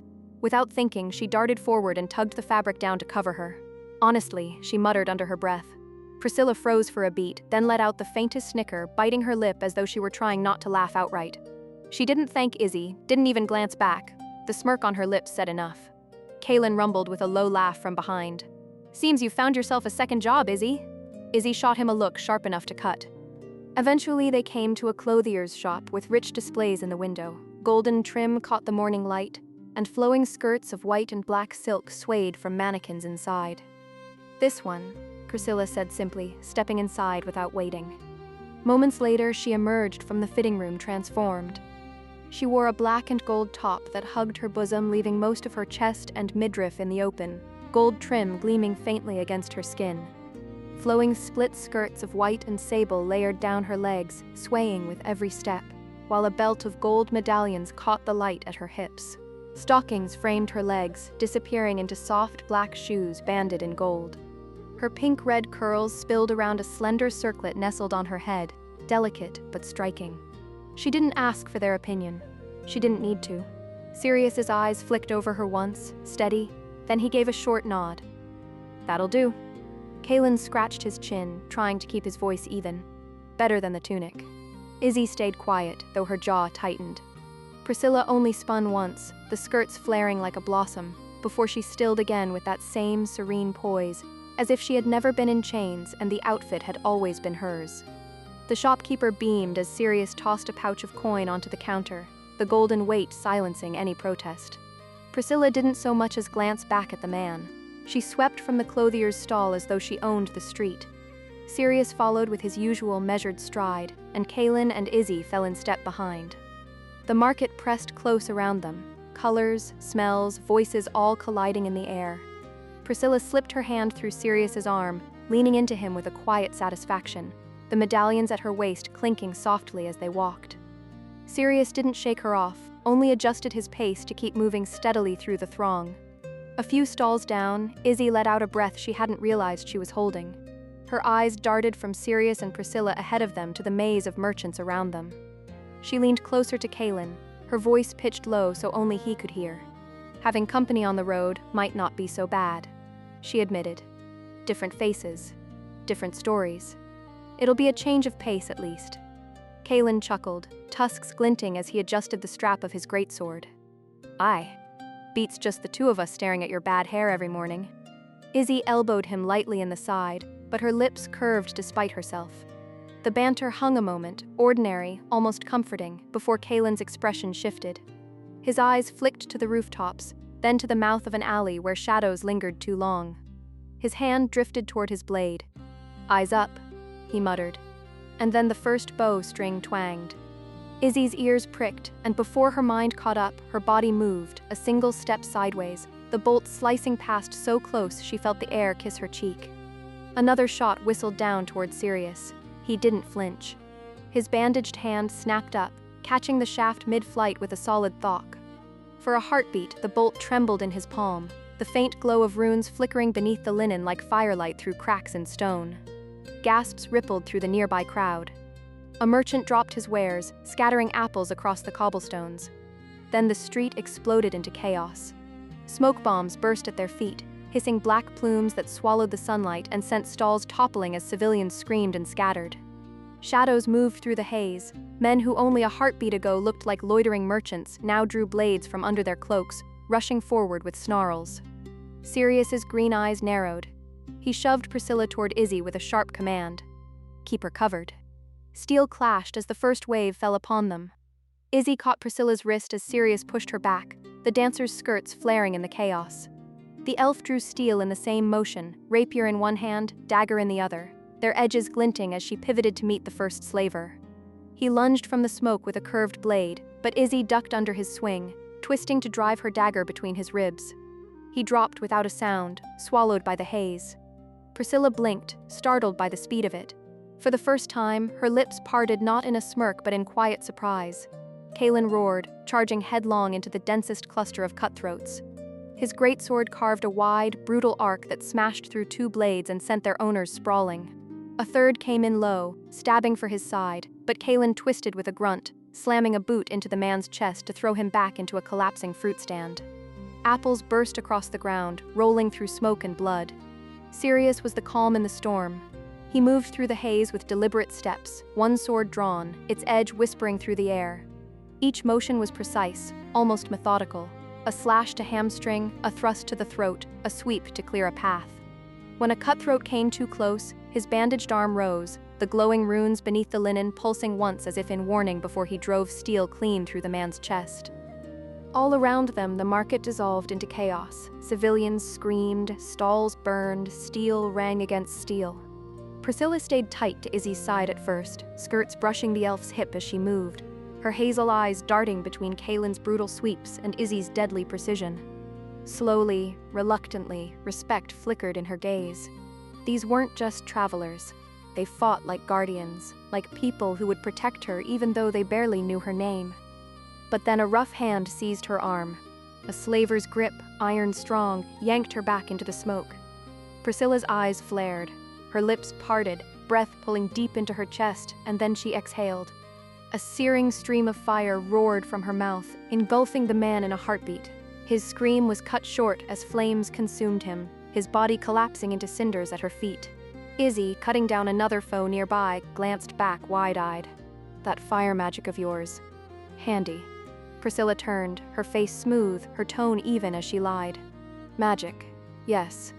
The smoke curled tighter around them. Somewhere ahead, a whistle shrieked, sharp, panicked, the signal to retreat.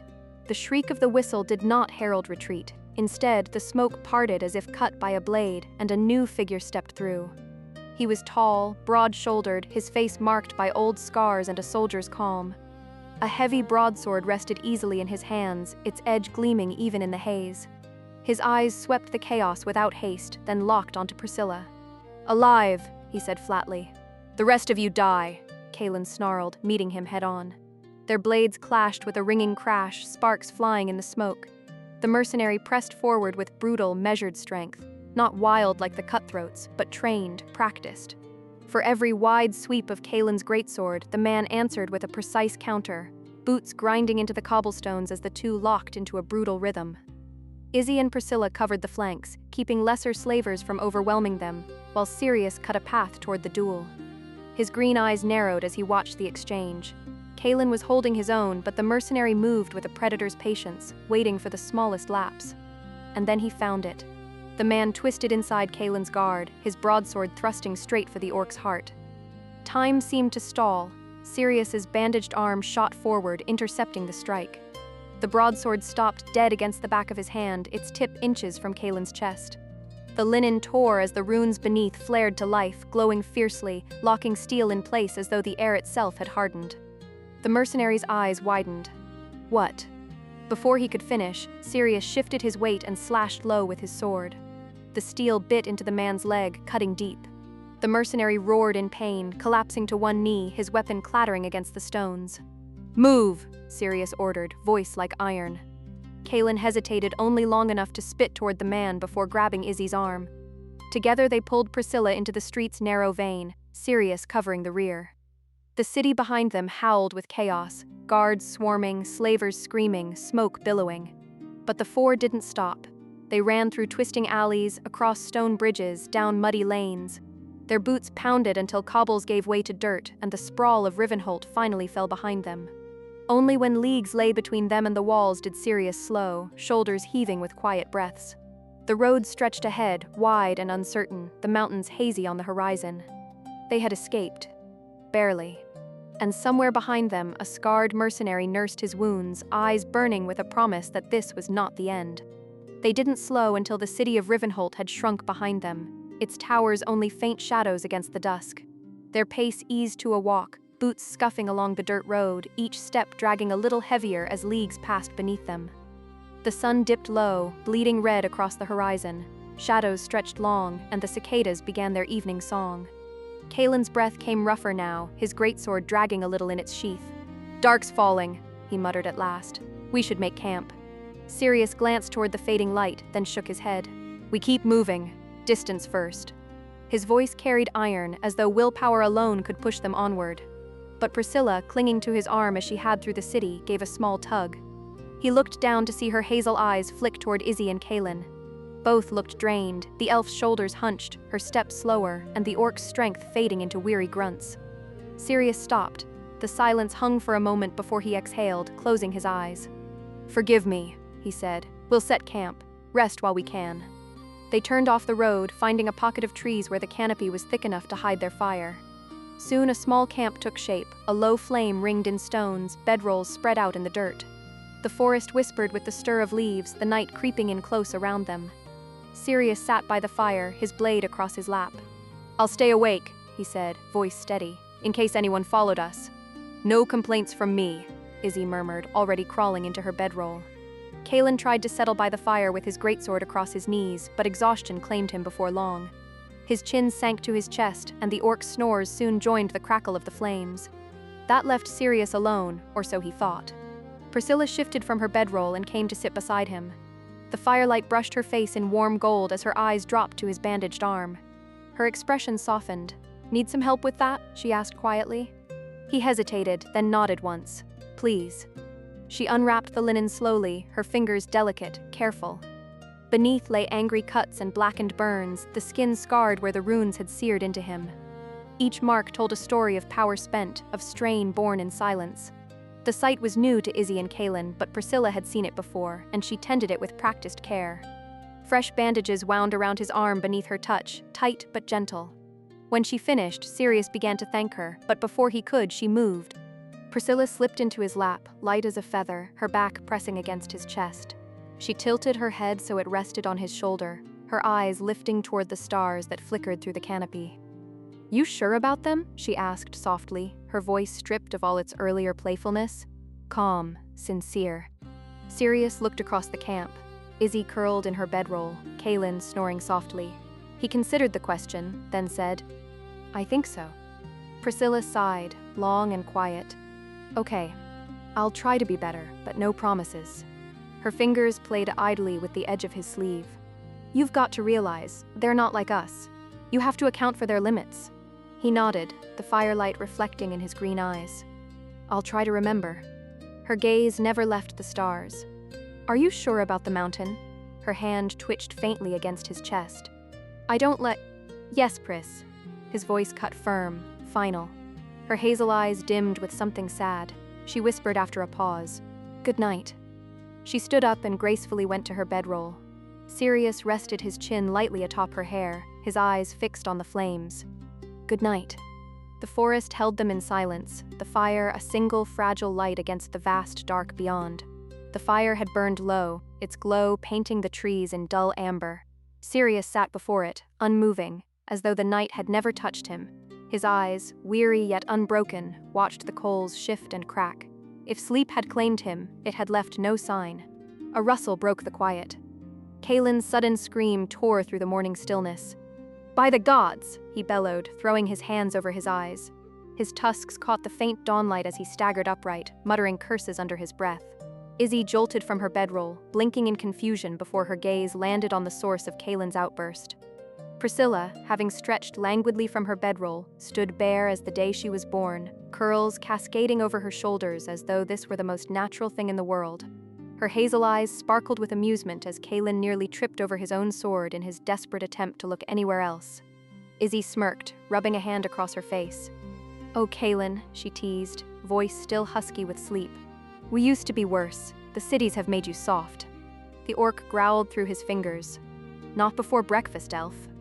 Priscilla's laughter was soft but clear, musical as it drifted across the camp.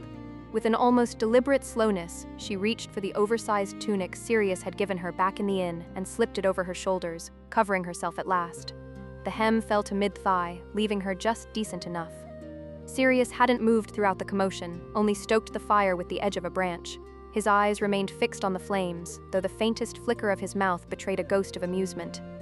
Kaelen finally lowered his hands, still muttering, and straightened his shoulders as though reclaiming some dignity. "I'll start the food," he grumbled, stomping toward the packs. Izzi chuckled into her hand, and Priscilla reclined with a satisfied sigh, the firelight catching the faint smirk on her lips. The morning had begun. Kaelen crouched over the packs, pulling out a pan and setting strips of bacon across it. The fire popped, spitting fat into the air, the smell already thickening with promise. Izzi stretched, rubbing the sleep from her eyes as she wandered closer. She glanced sidelong at Kaelen, a sly grin tugging at her lips. "You remember Renlin, don't you? Acting the same as you seeing me in nothing but a tunic, teasing him every chance I got?" Kaelen groaned, rolling his eyes as he turned the bacon with the flat of his knife. "Maybe these past months have made me softer." "Renlin," Sirius muttered, low enough it almost blended with the fire's crackle. Izzi turned her head toward him. "He was a scribe who traveled with us for a time," she explained, her voice a little warmer at the memory. "Could read runes better than anyone we'd met." Her gaze slid to Priscilla, who sat a little apart, her long legs folded neatly beneath the oversized tunic. "And Sirius says you can read them too, use their power even." Priscilla froze a fraction, her lips parting then closing again. At last, a single word slipped out, awkward and small. "Yes." Sirius chuckled under his breath, the sound rare and dry. "Renlin of Karath, then?" he asked, looking back at Izzi. She nodded a bit confused. "Master Veyron told me of all his underlings," Sirius continued. "That old elf remembers everyone he's ever taught." Priscilla, perhaps seizing the chance to redirect, padded over to where Kaelen worked the pan. She crouched beside him, her hazel eyes fixed on the sizzling bacon, then flicked toward him, then back to the food. Her mouth watered openly, though her expression stayed schooled in feigned indifference. Kaelen sighed, not bothering to look up. Yes, I'm making some for you." Her lips broke into a satisfied smile as she sat back on her heels. Izzi shook her head, smirking faintly. "Small world, isn't it?" Sirius poked at the fire with a branch, his face unreadable. "I only know Veyron through Priscilla." The forest quiet settled around them as the bacon sizzled, the morning sun just beginning to filter through the leaves. The bacon crackled in the pan, its smell weaving into the cool morning air. Sirius leaned forward, poking the fire with a branch, his green eyes distant as always. "What happened to Renlin?" he asked suddenly, his voice breaking the soft quiet. "Where is he now?" Izzi stilled. Her smile faltered and her gaze dropped to the ground. The memory came sharp and heavy, the docks, the blood, the choice they'd had to make. "Wounded," she said softly. "We had to leave him in better hands." Sirius paused, studying her face. Then he set the branch aside and said, with a rare firmness, "Don't worry, Prisk and I won't let anything happen to you." Izzi blinked at him, then planted her hands on her hips. "Oh, Kaelen and I won't let anything happen to you two." For a moment Sirius simply stared, then, to their surprise, a laugh rumbled from his chest. Low, warm, genuine. The kind of laugh none of them had ever seen from him before. Izzi's brows arched, Kaelen glanced up in surprise, and even Priscilla tilted her head at the sound. Kaelen cleared his throat, quickly turning back to the pan. He divided the food into portions, sliding a plate toward Priscilla. She accepted it with a graceful smile, but her hazel eyes flicked down to the pan again. She pointed toward the sausages still cooking. "No," Kaelen said flatly, not looking up. "I gave you enough." Priscilla set her plate down, then, without a word, she rose and stepped directly in front of him. Her hands tugged slowly at the hem of her tunic, inching it upward, the motion deliberate, teasing. Kaelen sputtered, stumbling sideways, eyes wide.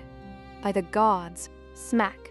Sirius's hand connected lightly but firmly with the back of Priscilla's head, the same way one might swat a mischievous child. "Enough," he said, voice sharp. "Be nice." The tunic dropped back down. Priscilla pouted, but she bowed her head toward Kaelen, muttering a soft, sincere, "Thanks." She scooped up her plate again and vanished a few steps away to eat in her own corner of camp. Kaelen ran a hand down his face, muttering under his breath. Izzi tried and failed to hide her smirk. Sirius only went back to tending the fire, as though nothing at all had happened. Kaelen divided the food evenly, setting plates into waiting hands. Bacon, sausage, and eggs sizzled with a richness none of them had tasted since Cerulea's rest. Izzi took hers with a grin. "Not bad, Kaelen. In fact," she speared a piece of sausage with her dagger. "You might even be better at cooking than you are at fighting." Kaelen snorted. Then it's a miracle we've survived this long. Izzi smirked, chewing happily. Maybe it is. Sirius ate in silence, savoring each bite with the same measured patience he showed in battle. Priscilla, cross-legged at the edge of camp, said nothing at all. She simply listened, hazel eyes flitting between them as their easy words passed back and forth, the warmth of it foreign on her face. When the last scraps were gone, Kaelen rose and kicked dirt over the fire pit, grinding the embers to ash. The group gathered their packs, the smell of breakfast already fading into the morning breeze. As Izzi slung her bedroll over her shoulder, her eyes caught a curl of charred linen in the smoldering ash, the old bandages from Sirius's arm. Her brows pinched. "How's your arm?" she asked, falling into step beside him. "And why wear those wrappings at all?" Sirius glanced at her, then flexed his hand. The fresh linen tugged against his skin. "It's the cost of the runes. Every time I call on them, they burn. They cut. They carve themselves deeper. Great power," he said simply, "at great cost." Izzi's lips pressed thin, her gaze dropping to the road. Kaelen stepped forward, his voice steady but carrying more weight than usual. "I appreciate it."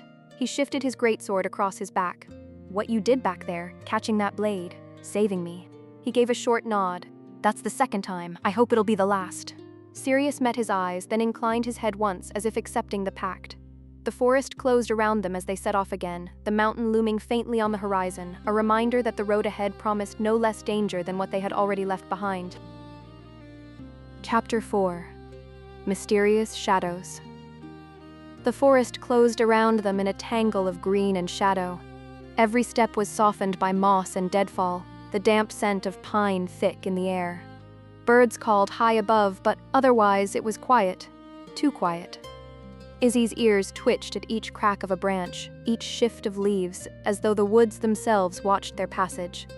Kaelen muttered under his breath, shifting his greatsword higher on his back. His tusks flashed as he spat to the side, though his pace never slowed.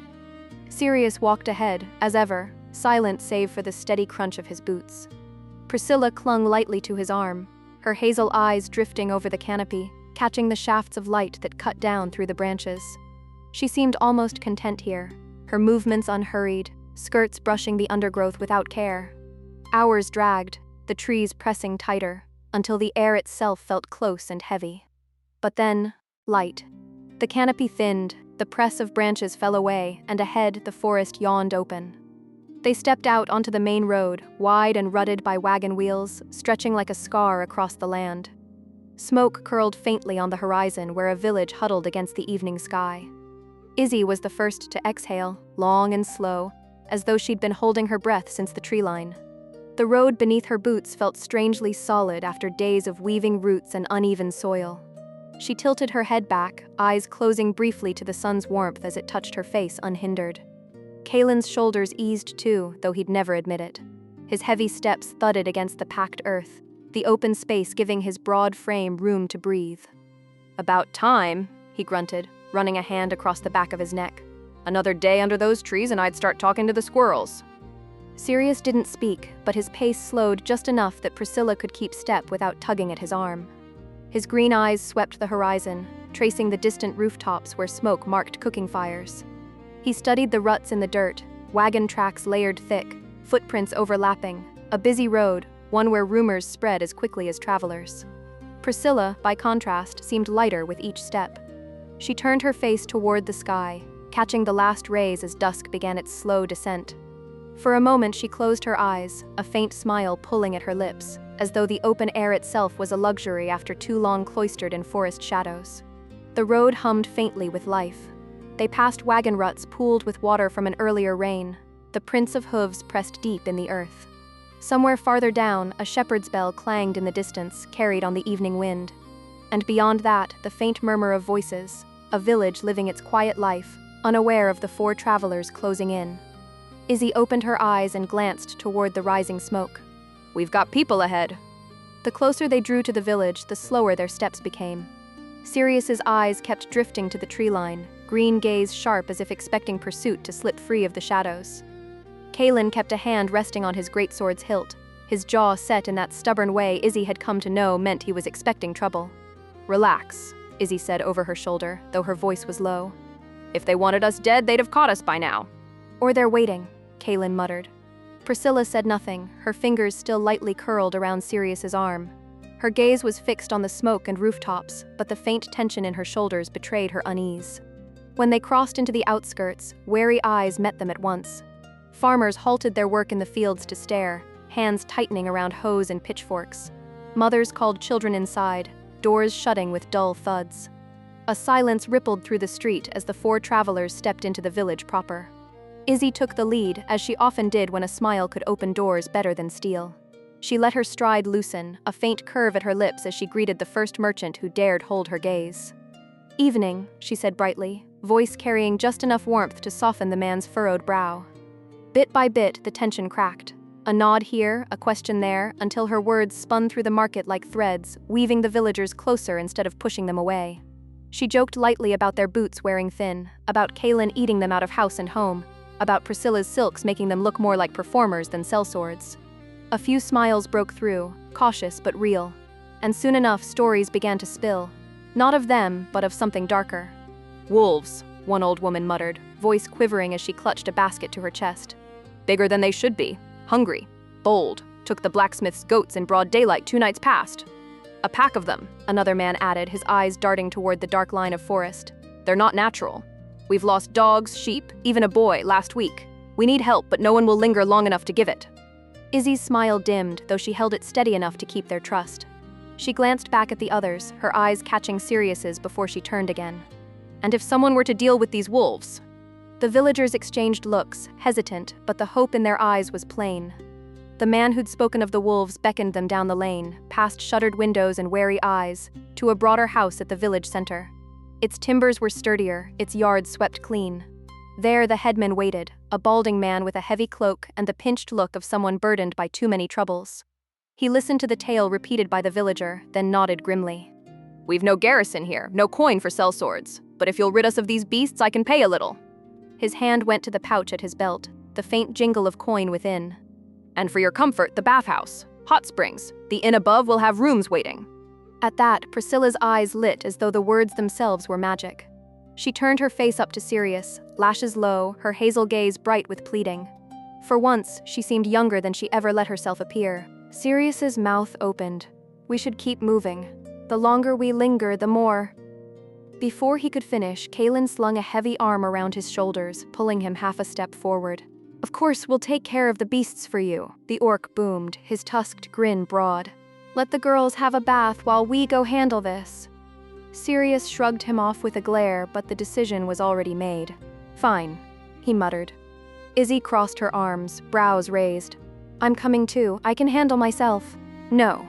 Sirius cut her off, voice firm. "Kaelen and I will be more than enough. Stay here. Look after Priscilla." Priscilla gave the faintest smirk, though she hid it behind the sweep of her curls. Izzi sighed, relenting, though the tilt of her chin made clear she wasn't happy about it. The headman, relieved, nodded briskly. "Then it's settled. The bathhouse owner will see to your lodging. Tonight, we pray you bring back peace." The deal struck. The four lingered in the village square as the last of the daylight bled away. Lanterns flickered to life along the narrow lanes, their glow stretching thin against the deepening violet sky. The smell of wood smoke and damp earth hung heavy in the air. The bathhouse owner, a plump woman with sleeves rolled to her elbows, beckoned Izzi and Priscilla with an eager smile. "This way, ladies. The springs will chase the weariness right from your bones." Priscilla's eyes lit, her lips curving in anticipation. She looped her arm through Izzi's, tugging her along with surprising eagerness. Izzi cast a last glance back at the men, her expression caught somewhere between worry and annoyance. "You're certain you don't want me?"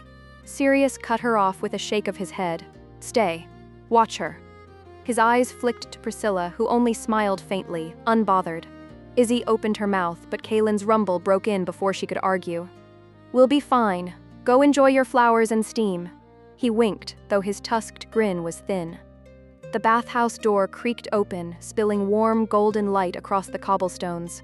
Priscilla gave a playful little wave as she and Izzi disappeared inside, laughter echoing faintly as the door shut. That left silence in the square. Sirius and Kaelen stood shoulder to shoulder, the weight of the forest at their backs, the promise of wolves ahead. Kaelen adjusted his grip on his greatsword, glancing sidelong at the hunter beside him. "Just us, then." "Just us," Sirius agreed, his voice low. He set off toward the tree line without another word, the orc's heavy steps falling into rhythm beside his own. The village lanterns faded behind them as they entered the dark.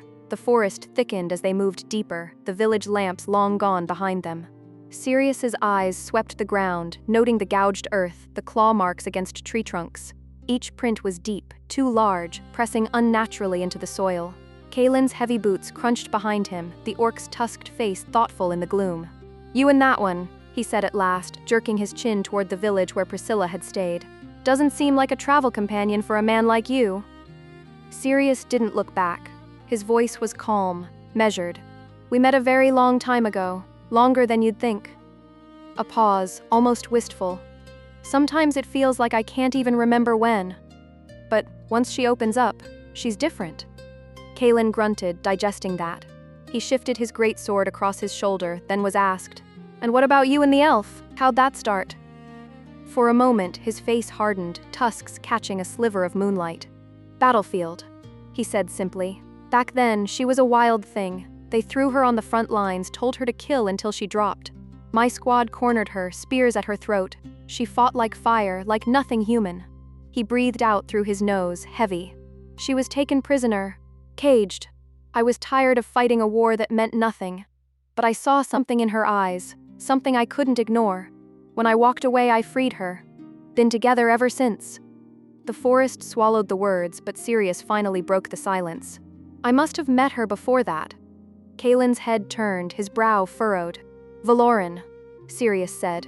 His voice was low, distant, as though he were speaking to himself. "I was there. At her trial. I'm surprised she hasn't asked me yet." Kaelen's jaw worked, but he said nothing, following as the tracks twisted upward along a rocky slope. The trees thinned, giving way to bare stone. Ahead, the earth split into a jagged wound, a cave mouth gaping against the cliffside, black as pitch, the air spilling from it rank with fur and blood. Sirius drew his blade, its steel whispering, "This is it." The cave yawned before them, its breath thick with the stench of blood and wet fur. Moonlight spilled just far enough to reveal shapes piled within, the hulking forms of wolves, their chests rising and falling in ragged slumber. At the mouth, one kept vigil. It lay atop a jut of rock, head turning lazily from side to side, ears twitching at every sound from the forest beyond. Kaelen crouched, his bulk surprisingly quiet for his size. He leaned close to Sirius, whispering low, "Your dagger. I've got the arm for it." Sirius studied him for a heartbeat, then slid the weapon from his belt, the steel gleaming dully in the half-light. He handed it hilt first. Kaelen weighed it once, exhaled slow, then let it fly. The blade whistled through the air and buried itself cleanly in the wolf's skull. The beast toppled without a sound, its body slumping across the stone. The rest of the pack stirred faintly but did not wake. Sirius drew his sword, the steel whispering from its sheath. Kaelen hefted his greatsword, lips curling into a grin. Together they stepped into the cave. The work was swift and merciless.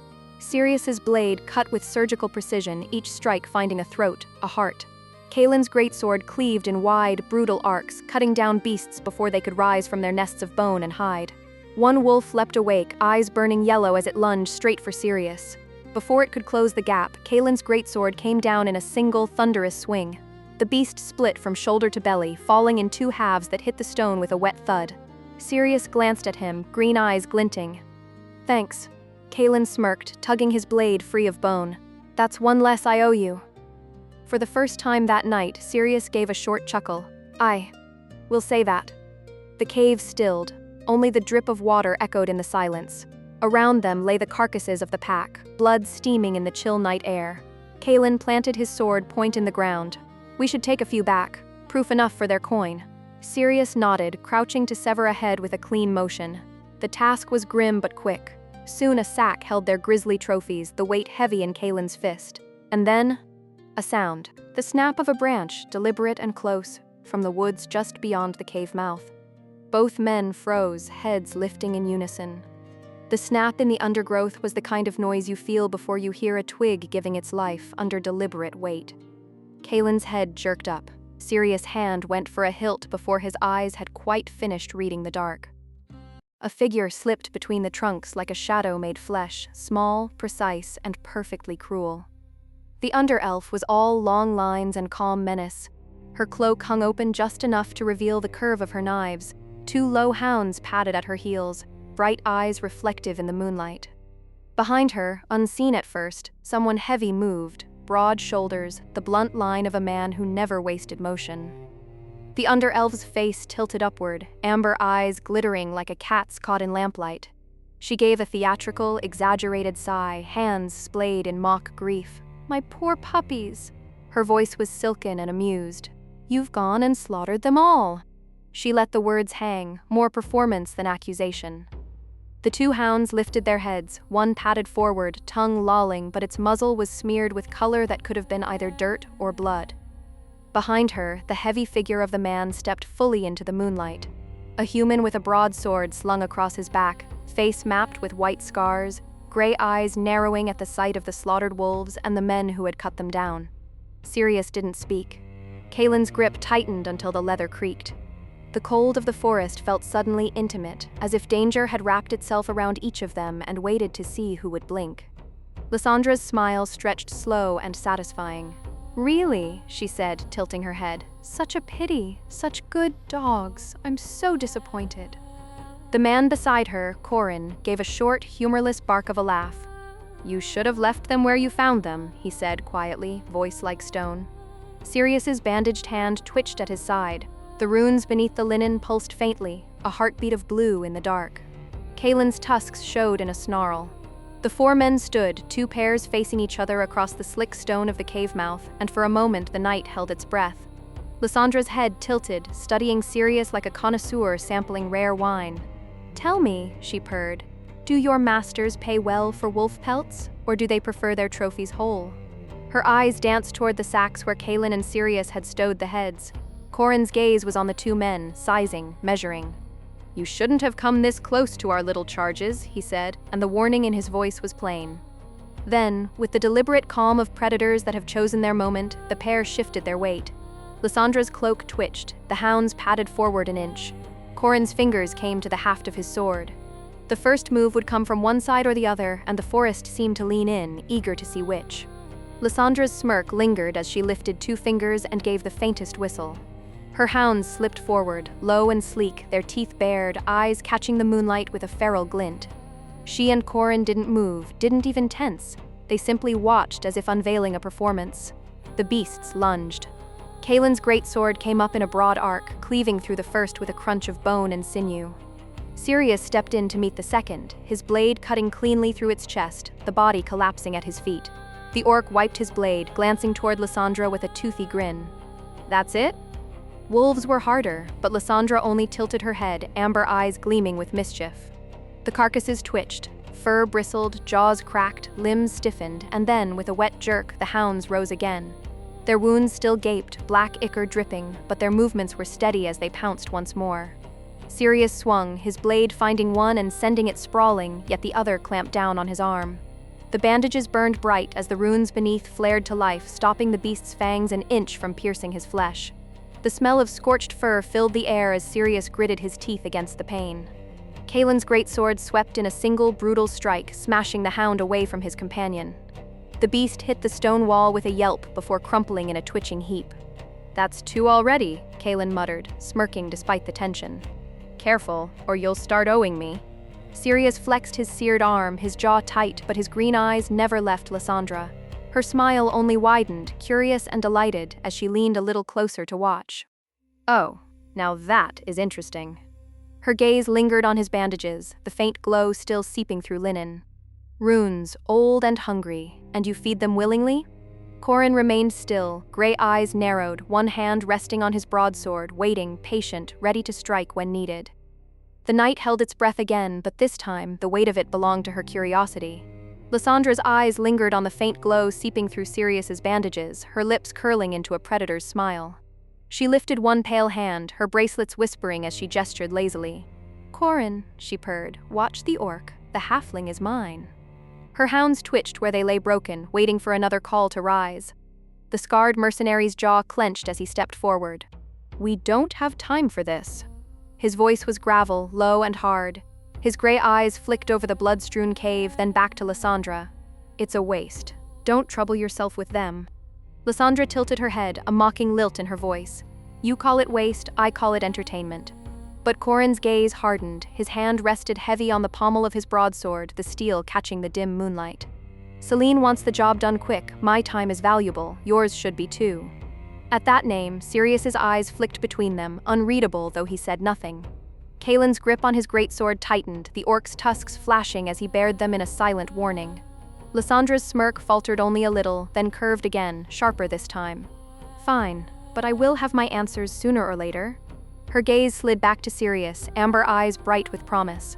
Runes don't burn a man's flesh like that without reason, and I do so love a good secret. Corin grunted, stepping back into the shadows, though his gaze never left Kaelen. The air between the four of them crackled, a knife's edge waiting for the first slip. Lyssandra's smirk returned, sly and self-satisfied. She snapped her fingers once, a sharp, echoing sound in the cave's stillness. Come, loves, she purred. The hounds twitched where they lay, their broken bodies jerking upright with grotesque eagerness. Bones cracked back into place, black ichor dripping from their jaws as they slunk to her side, eyes glowing faintly in the dark. She looked Sirius over one last time, her amber eyes gleaming like molten coin. I'll come find you when my prior commitments are complete. The words hung heavy, not a threat, but a promise. With a flick of her cloak, she turned, falling into step behind Corin. The mercenary never glanced back, his heavy strides steady, efficient, the forest swallowing them both as if the night itself had claimed them. For a long breath, the cave was still. Kaelen's tusked mouth twisted, the words slipping out low, almost to himself. Celine. Huh.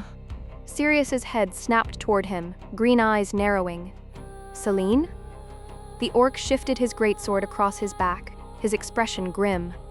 I'll fill you in on the way back to the village. He spat to the side, jaw tight. But we should move. Fast. I've got a bad feeling. Sirius nodded once, silent, his hand flexing at his bandaged arm as if the runes still burned. Together, they gathered the sack of proof and stepped into the night, leaving the stench of blood and wolves behind. The forest felt heavier now, as if unseen eyes watched every move. The innkeep, a broad woman with her hair pinned up in a kerchief, led them through a lantern-lit corridor that smelled faintly of herbs and steam. The sound of trickling water grew louder with every step.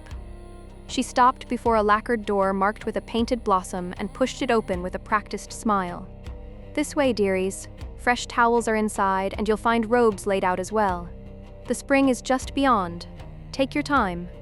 Priscilla was already beaming, her steps light as she half-skipped through the doorway, curls bouncing.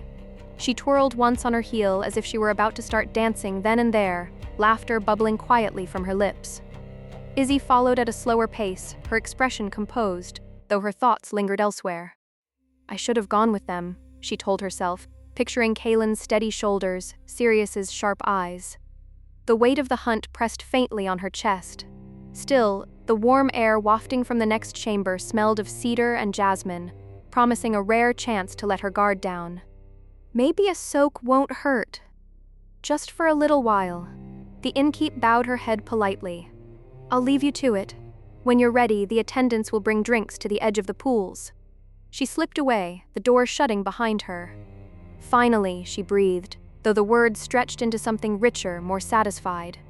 Her amber hazel eyes narrowed as she gave Izzi a slow, appraising squint, the kind that lingered a little too long, as though she were weighing her worth in silence. Izzi held her gaze for a heartbeat, then looked away, tightening her jaw.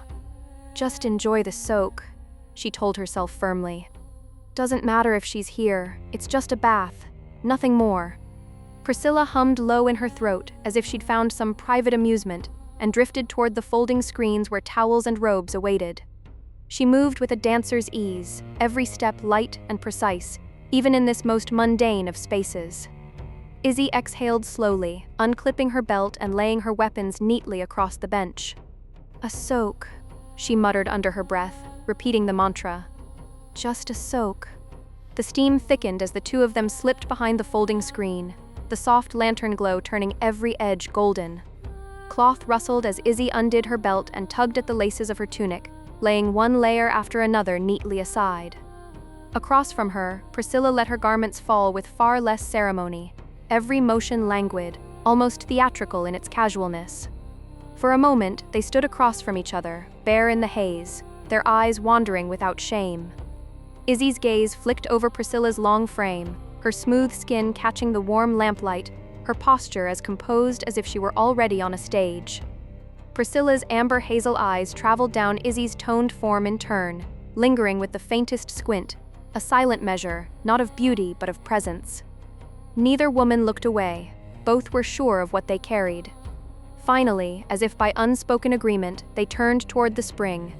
The stone lip of the pool was slick beneath their hands as they stepped in, steam coiling around their shoulders. The water embraced them in a rush of heat, drawing small sighs from both as they sank down to their chests. The tension of travel, of battles and secrets, seemed to bleed away into the mineral warmth. Izzy leaned back against the stone, tilting her head so her damp hair brushed her collarbone. Priscilla stretched languidly, her arms resting along the rim of the pool, head tipped slightly to the side as her curls clung damp to her neck. For the first time, silence hung between them, not awkward, but thick, charged, as though the bath itself had become a quiet arena. Izzy drew her knees up slightly under the water, resting her arms across them, eyes half-lidded as the steam curled against her skin. For a long moment she said nothing, letting the heat wash away the ache in her legs. But the quiet pressed too heavy, and her thoughts circled back, inevitably, to the man who had brought them all together. "So," she began, her voice low, careful. "How did you and Sirius meet?" Priscilla's amber hazel eyes flicked toward her, unreadable in the glow. Then, without a word, she slid lower into the water until only her nose and eyes remained above the surface. Bubbles rose faintly as she exhaled beneath, refusing the question with a silence louder than any answer. Izzy let out a short breath, almost a laugh, and leaned her head back against the stone. "Okay," she thought, a wry note coloring the word. Touchy subject. The heat enveloped her, sinking into tired muscles, until her body felt weightless. She closed her eyes, letting herself stretch, the corners of her mouth easing into a reluctant smile. "This feels so good, though," she murmured aloud, almost to herself. From across the pool, Priscilla's muffled voice floated up through the steam, a single word, softened and drawn out as she finally surfaced. "Yes." The sound lingered, simple but unguarded, hanging in the heavy air between them. Izzy leaned forward slightly, the rippling water catching against her collarbones. "Then tell me this," she pressed gently, her tone almost coaxing. "What about you and Sirius? You've been on the road together, surely you've had your share of adventures?" Priscilla's lips pressed into a faint line. For a long time, she said nothing, her gaze fixed on the steam rising from the pool. Finally, she let a few words slip, quiet, forced. "He gets sad when he's close to people," she murmured. Her eyes softened, though they never quite met Izzy's. "I don't want him sad anymore." Izzy blinked, her brows drawing together. The weight in the woman's tone was heavier than she could place, layered with something she couldn't name. "Sad? Why?" The elf opened her mouth but stopped herself, sensing she'd already pressed too far. Instead, she drew in a steadying breath and let her lips curve into a lighter smile. "Then tell me, what makes him happy? Maybe Kaelen and I could help you change his mind." Priscilla turned her face slightly, eyes clouded in thought. After a pause, her voice came soft, almost fragile. "Watching me dance," she admitted. "And others being happy." Then it settled. Izzy's grin widened, her voice brightening. "When the boys get back, we'll find a bard, and you and I will dance till morning. I'll have you know I'm quite the dancer myself." At that, Priscilla finally glanced sideways at her, expression flat, eyes narrowed in amused disbelief. "Doubt it," Izzy gasped, feigning offense, and flicked a splash of hot water across the pool. Priscilla raised a brow, then lifted her hand in turn, sending a wider splash that caught Izzy full in the face. "Hot?"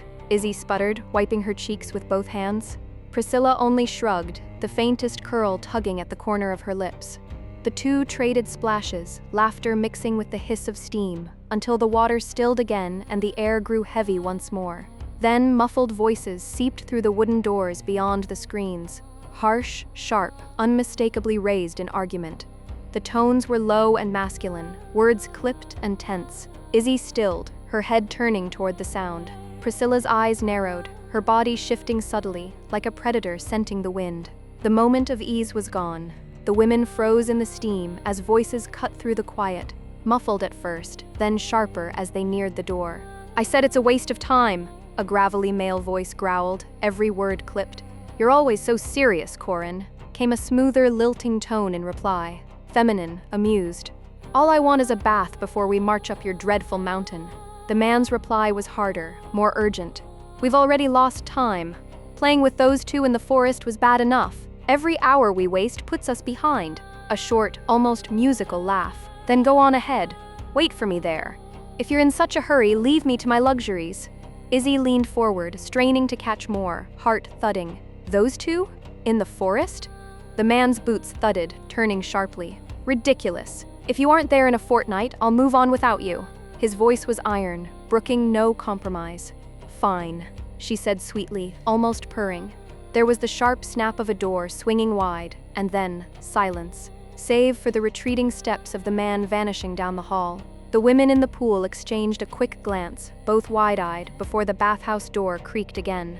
Steam rolled as a figure stepped in, wrapped in nothing but a thin towel. Long, silver-gray hair spilled damp around her shoulders, her eyes a molten amber that flicked immediately to the two shapes half hidden in the haze. Her lips parted in a slow, deliberate smile. "Ladies," she purred, the single word curling like smoke in the warm air. And with a shrug, she let the towel fall to the polished floorboards, her body unguarded, her presence unapologetically predatory as she stepped deeper into the bathhouse, closing the door behind her with a soft click. Izzy's breath caught in her throat. Priscilla's eyes narrowed, her hand tightening against the stone edge of the spring. This was no ordinary patron come for a soak. Izzi shifted instinctively, sliding closer to Priscilla as the under-elf prowled across the slick stone, every step unhurried, deliberate. The steam curled around her like a living thing, softening the sharpness of her frame, though nothing could mute the intent in her amber eyes. She slipped into the spring with a languid sigh, lowering herself slowly as though savoring the heat against every inch of skin. The water lapped just beneath her chest, a deliberate pause, a show of unguarded confidence, as if daring the two women opposite her to look away. Amber eyes flicked between them, narrowing slightly, studying, measuring. Priscilla's posture was rigid, her hand gripping the stone lip of the pool so tightly her knuckles paled. Izzi, though outwardly calm, felt her pulse quicken. She mirrored Priscilla's tension, shoulders angled defensively toward the newcomer. Then, finally, Lysandra sank fully, the water rising to her collarbone, steam ghosting off her bare shoulders. She leaned back, letting her hair drift like silver threads across the surface, her smile lingering, sharp and curious. "What brings two pretty things like you here?" she asked at last, her voice smooth, velvety, but the weight beneath the words was undeniable. The question hung between them, simple in sound, but barbed in intent. Izzi wet her lips, weighing her answer. Priscilla's jaw tightened, but she said nothing, eyes locked on the underelf with open distrust. The bathhouse suddenly felt smaller, the steam thicker, as though the walls themselves had drawn in to listen. Izzi let out a soft laugh, though it rang thinner than she intended. She leaned back against the stone, pretending to soak in the heat as if nothing at all was amiss. "Oh, you know," she said airily, passing through. "Thought we'd let the road forgive us for a night?" Priscilla shifted closer, her shoulder brushing Izzy's, her body tight as a bowstring beneath the water. Her curls clung damp to her cheek as she tilted her head, lips brushing Izzy's ear. One word slipped out, barely more than breath. "Bad." Izzy's smile never faltered, but her stomach tightened. She patted Priscilla's hand beneath the water, as if to calm her, though her own pulse thudded hard against her ribs. Lysandra leaned forward, letting the steam curl around her shoulders, her eyes fixed on Izzi with an intensity that made the water feel colder despite its heat. "So," she purred, "where are you from?" Izzi didn't blink. "A village south of here," she said smoothly, the lie slipping out with practiced charm. "Small place, not worth a name." Lysandra's head tilted, strands of silver hair drifting across the water. "And where are you coming from?" Izzi forced a lazy smile. "Stopped at a few towns, nothing worth remembering. You know how the road blurs after a while?" Priscilla's grip under the water tightened, nails faintly pressing into Izzy's arm. Her lips brushed the elf's ear again, a single whispered word. "Bad." Lysandra hummed, her gaze darting between the two of them like a cat watching cornered mice. "And where are you going then? The bathhouse isn't usually an end to anyone's journey." Izzi leaned back against the stone, letting her hair trail along the surface of the pool, as if utterly unconcerned. "Anywhere the road takes us," she replied, voice airy. "Freedom's easier when you don't tether yourself to a map." Lysandra's gaze slid from Izzi and pinned itself onto Priscilla, her amber eyes gleaming with sudden interest. "And what about you, love?" she asked, her voice smooth as silk, curling around the steam. "Elves don't take in humans often. I imagine that must be an interesting story." Priscilla said nothing. She only pressed closer to Izzi, her nails pricking faintly into the elf's arm beneath the water. Her wide hazel eyes didn't waver, but her lips stayed sealed. Izzi opened her mouth, ready to interject, but Lysandra's hand lifted just slightly, cutting the air between them like a blade. "I was speaking to the other girl." Her words were gentle, but the command behind them was iron. Priscilla sank deeper, the water now lapping at her chin, silent. Lysandra tilted her head back, a sudden peal of laughter spilling into the bathhouse. It rang too loud in the confined space, echoing against stone and water, before softening again into something almost playful. She leaned forward, elbows resting lazily on the edge of the spring. "My apologies," she purred, her smile curling sly. "How terribly rude of me. I forgot to introduce myself." Her gaze flicked between them, sharp as a dagger. "I am Lysandra, and you two are?" Izzi's mind raced. Her tongue shaped the beginning of a false name, a practiced lie forming on instinct. But before she could speak, Lysandra's smile widened just enough to show teeth. "And please," she said softly, "don't lie to me this time. I will know." The steam seemed to thicken, the air heavy with unspoken threat. Izzi's smile didn't falter. If anything, it grew brighter, her voice warm and fluid as she slipped into the lie as though it were truth. "My name is Celira," she said smoothly, the false elven syllables rolling easily from her tongue. She lifted her chin a touch, feigning noble poise. With a small tilt of her head toward the girl at her side, she added, "And this is Marin. She was lost, alone. I couldn't stand by, so I took her in. She's under my protection now." Beside her, Priscilla clung all the tighter, silent as stone, her hazel eyes never leaving Lysandra's face. The under-elf hummed softly, her gaze lingering. Of course," she echoed, her voice rich with amusement. She leaned back against the stone lip of the pool, stretching her arms lazily along its edge as though entirely at ease. But the tension in the air didn't break, it only sharpened, coiling like a spring. Then her eyes slid, catching on the shimmer of metal against Izzi's ear. The smile that followed was slow, deliberate. "Lovely piece," she purred. "Tell me, Celira, was it a friend who gave that to you? A lover?" Her amber eyes glinted, the question curving into a dagger. Or was it an old lover? The steam seemed to pulse around them, every ripple of water carrying the weight of her gaze. Lysandra's eyes lingered on the earrings, a slow smile curling her lips. "Veloren is a long way from here," she said softly, her voice curling like smoke. "Seas away, in fact." Izzi's breath caught, though she tried to mask it with stillness. Across the pool, Priscilla stiffened, her hazel eyes snapping to Izzi with sharp surprise. Veloren. The name meant something to her. Sirius's name, Sirius's history, and now she looked at Izzi with new weight in her gaze. Though Lysandra tilted her head, silver hair drifting over her shoulder as she leaned closer. From beneath the haze of steam, she lifted her hand, revealing an earring that matched Izzi's own, the same delicate, intricate piece, unmistakably elven in design. She let it dangle, catching the lantern light. Izzi blinked, confusion flooding her chest. How could she? That piece belonged to her people. To flaunt it, to wear it, felt like mockery. "I wonder," Lysandra purred, lips parting as her tongue grazed them. "What kind of pet you are?" She slid forward through the water, unhurried, predatory, closing the space between them. Priscilla pressed closer into Izzi's side, her lips brushing against the elf's ear again. One word, sharp and certain. Bad. Izzi swallowed hard, then gripped Priscilla's arm, starting to rise.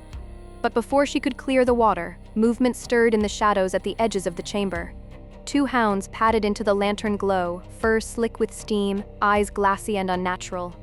Their jaws hung slack, dripping with faint strings of black ichor as they stalked forward, silent save for the click of claws on wet stone.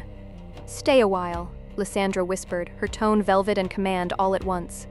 The girls sank back down, the heat of the spring suddenly suffocating. Lysandra leaned in further, her arms sliding along the stone lip on either side of them, caging them in.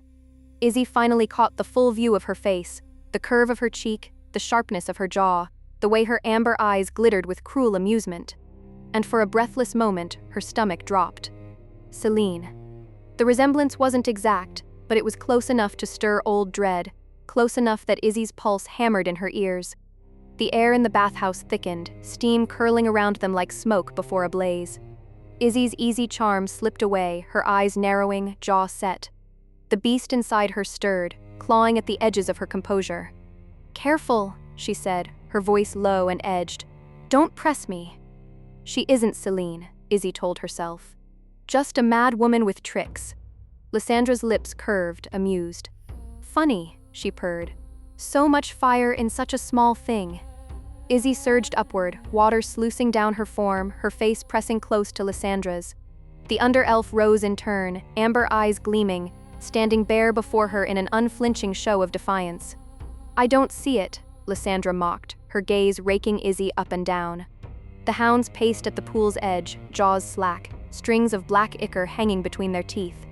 Their claws clicked against the tile, bodies taut, waiting for a command. Priscilla stared up at the two women, wide-eyed, clinging to Izzy's arm, the word bad caught in her throat. Then Izzy moved, her foot flashed out, catching Lysandra's shin with sharp precision. The under-elf hissed as her knees buckled, and Izzy's knee snapped upward, ramming hard into her chin. The crack rang out over the splash as Lysandra toppled backward, crashing into the steaming water with a snarl. The hounds reacted instantly. One leapt at Izzy, the other at Priscilla. Izzy twisted aside, water erupting around her as the beast's jaws snapped through steam.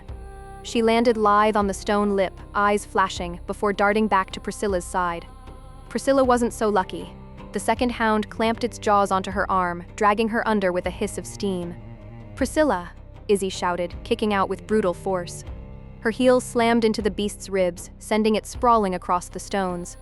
Priscilla gasped, rising from the water, clutching her arm, yet when Izzy grabbed her wrist, expecting blood and torn flesh, the skin was unbroken. Smooth. Whole.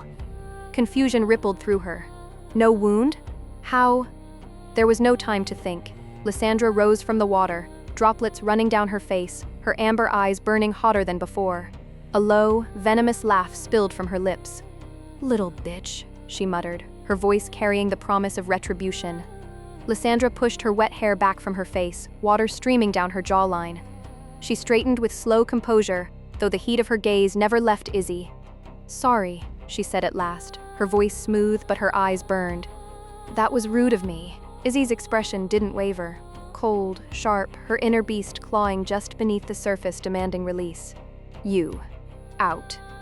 Priscilla's voice was low, urgent, her hand tugging Izzy's arm, gesturing for her to leave the water. Izzy hesitated, every instinct telling her to stay locked in the standoff, but Priscilla's grip tightened, insistence in her wide eyes. Finally, Izzy drew in a sharp breath and began to climb from the spring. One of the hounds lunged. Izzy twisted aside, water splashing as the beast's jaws snapped at the space where she'd been. She landed gracefully on the slick stone, droplets racing down her skin, her feet steady, her eyes locked on Lysandra. The under-elf rose as well, the two surviving hounds swimming to her side like shadows rejoined. She stretched out one hand, conjuring a sphere of fire that roared to life in her palm, steam rising violently as its heat kissed the water's surface. "Don't leave in such a hurry, Celira," she sneered, hurling the fireball at Izzy. But before it could strike, Priscilla surged forward, placing herself between them. Her hands lifted instinctively, and to both Izzy's and Lysandra's shock, the fire unraveled against her palms, the flames dissipating in a rush of sparks. And then, her mouth opened. For the briefest instant, Lysandra saw it, the glint of fangs, the strange serpentine flicker of her tongue, and then fire roared forth. The underelf gasped, throwing herself back, barely avoiding the worst of the flames. The blast lit the chamber in searing light, steam exploding upward. Priscilla sank into the water, her lips just beneath the surface. The bathhouse trembled as the spring itself began to hiss and boil. The hounds screamed, high-pitched, unnatural, their bodies thrashing before the water swallowed them, skin blistering, fur sloughing. Within moments they floated lifeless, their carcasses bobbing in the red-lit steam. Lysandra's amber eyes went wide, horror piercing through her poise as the water turned against her.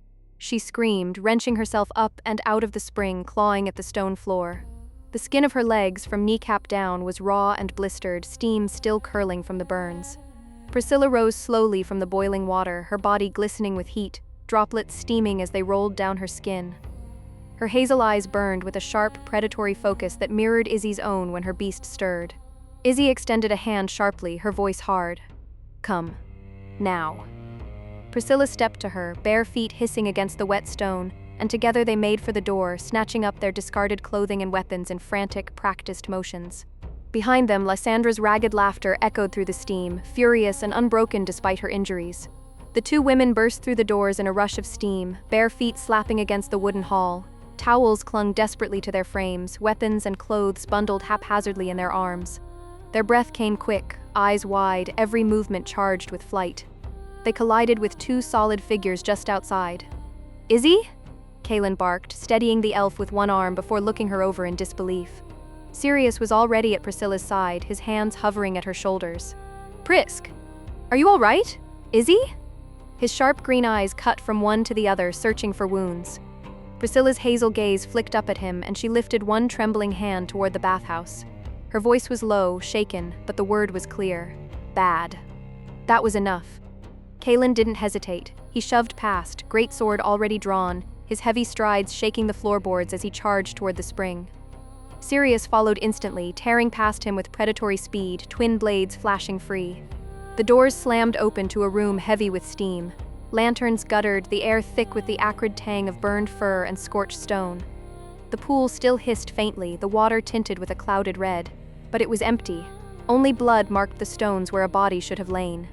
The hounds floated lifeless, their forms twisted and broken, but of Lysandra there was no sign.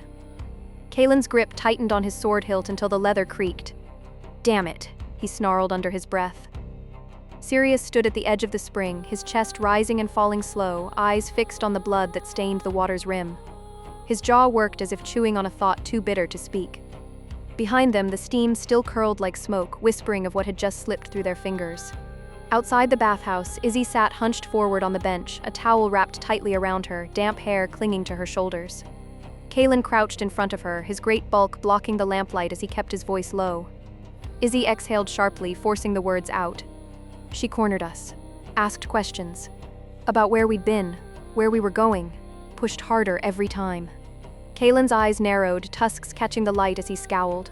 "She conjured fire," Izzy continued. "And then Priscilla?" She stopped, glancing toward the girl who sat with Sirius a few paces away, eyes down, silent. Izzy lowered her voice further. Priscilla turned it back on her. "Boiled the whole damn pool." Kaelen let the weight of her words settle for a moment, then grunted. "We met her and another man out on the wolf hunt?" Izzy's head snapped toward him, eyes widening. "What?" He nodded grimly. "They were there, watching us. Celine's people."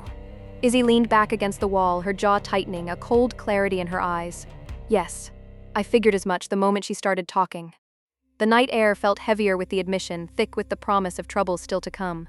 Sirius stepped back into the lantern glow, his stride calm, though his eyes carried the sharpness of a man who had just put out a fire with words alone. He stopped beside the bench where Izzy and Kaelen sat, Priscilla looking up at him with wide, watchful eyes. "I smoothed things over with the innkeep," he said evenly. "Told her wolves got into the springs. 2 strays from the pack we dealt with earlier." His gaze slid briefly to Izzy, then to Kaelen, measuring. "The 2 dead in the water are proof enough for her. She'll keep guests away and tell anyone who asks it was a fluke. No whispers of anything else." Kaelen grunted, folding his arms across his chest. "Convenient. But it won't hold long if that underelf limps her way back into town." Sirius's mouth pressed into a hard line. "She won't. Not with burns like that." A pause, sharp and weighted. "But she will be back." Izzy pulled the towel tighter around herself, her jaw clenched, her mind still replaying the heat, the laughter, the glint of amber eyes. She met Sirius's stare, her voice firm. "Celine's people." Sirius's gaze lingered on the steam still curling from the bathhouse doors. His jaw tightened, and under his breath the word slipped out like a curse. "Celine." Izzy straightened, the towel clutched around her, her eyes sharp on him. "We should talk," she said firmly. Then, after a pause, her gaze flicked toward Priscilla, who leaned quietly against the wall, damp hair spilling down her shoulders. "About Celine. And I have questions. For both of you." Kaelen's arms folded, his tusked face grim, but he gave a small nod. Sirius looked between them, weighing the weight of their words. His green eyes narrowed, not with dismissal but with caution. After a long moment he exhaled, the sound heavy. "Of course," he said at last. "Tomorrow morning then." The four of them stood in silence under the lantern glow, the village around them quiet save for the distant murmur of night insects. The promise hung heavy in the air that come morning the walls between them would have to break, and the truths they'd avoided would finally surface. Chapter 5. Nightwater. Torchlight licked the cedar walls, throwing long, slow shadows over the stone lip of the spring. Outside, the village had gone quiet. Only the distant creak of a signboard and the rasp of crickets threaded the dark. Steam rose in soft banners, turning the lantern glow to amber haze. Kaelen was already in, shoulders sunk, tusks catching the flicker as he tilted his head back with a sigh. "Figured," he rumbled. "If we're leaving at first light, we should at least enjoy the cursed thing once." Footfalls padded over the slats. Sirius appeared with a bottle of dark ale in one hand and a squat-necked rum in the other. His expression was its usual even line, but the set of his shoulders looked a hair looser in the warmth. "Agreed," he said simply, passing Kaelen the ale. Glass clinked. "For the road." Kaelen took it with a grunt of thanks and a long pull. "That'll do." Sirius set the rum on the stone and shrugged off his clothes with unfussy economy. He stepped into the water, naked, and left the bandage on his right arm untouched. The linen stayed, neat and tight, as he lowered himself beside the orc. Steam curled around them. Somewhere beneath the smell of mineral heat, the sharper scent of spirits breathed from the bottle. Kaelen sank deeper until the water lapped his collarbones. "Hells," he sighed, eyes half closed. "Should have led with this and let the wolves come to us. We'd have smelled like broth," Sirius said. "Poor hunting." A grunt that was almost a laugh. Kaelen took a pull, wiped his mouth with the back of his hand. "Still, better than road dust and iron stink." They let the water talk for a stretch, soft hiss, the tick of torches, a drip in the far corner. "The village will sleep easier," Kaelen said at last. He tipped his bottle towards Sirius in a lazy salute. "And we earned this soak honestly." Sirius answered with a small lift of the rum. "Honest as steel." He took a measured swallow, eyes drifting to the wavering firelight on the surface. "You swing like you mean it. You move like you already know where it ends," Kaelen countered, a tusked smirk easing into his face. "Not sure if that's talent or cheating." "Time and practice," Sirius said. Another quiet settled. The night pressed close, gentle for once. Kaelen rolled his shoulders, the knots in them finally loosening. "Road after dawn," he said, not quite a question. "Road after dawn," Sirius confirmed. "Hot meal, fresh straps, and we're ghosts." Kaelen clinked his bottle lightly against the rum. "To ghosts, then." Sirius let the corner of his mouth tilt. "To quiet miles." He leaned back against warm stone, lids lowering, and for a rare sliver of time both men simply breathed, two silhouettes in amber steam, letting the world be simple until morning made it complicated again. The door slid and a voice slipped in with the steam. "Ghosts?" Both men turned. Izzi and Priscilla stood framed in torchlight, wrapped in bath towels and damp-haired, cheeks still pink from the heat. Sirius only blinked, hand tightening subtly around the neck of his rum. Kaelen pushed up a little straighter, surprise flashing across his face. "What are you two doing here?" he rumbled. Izzi tipped her head toward the corridor. "Women's side is closed. Something about 2 dead wolves boiling in the spring." Her brow lifted. "We'd rather not sit alone in our rooms while that's being dealt with." Sirius set the rum against the stone. "They won't be back so soon," he said, voice even. "Not with burns like those." "Maybe," Izzi allowed, "but we should stay together." Priscilla, already padding forward on bare feet, seemed to take that as invitation enough. She untucked her towel with zero ceremony, let it fall over an arm, and slipped into the men's spring with a clean, silvery plunge. Water surged and settled. She surfaced beside Sirius, eyes half-lidded, utterly unbothered. Sirius didn't so much as flinch.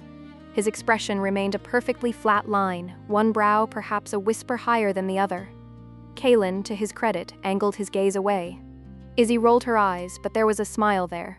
She tightened her own towel, crossed to the edge, and sat on the stone lip with legs in the heat, the steam curling around her like a shawl. "Fine," she said, settling into the warmth.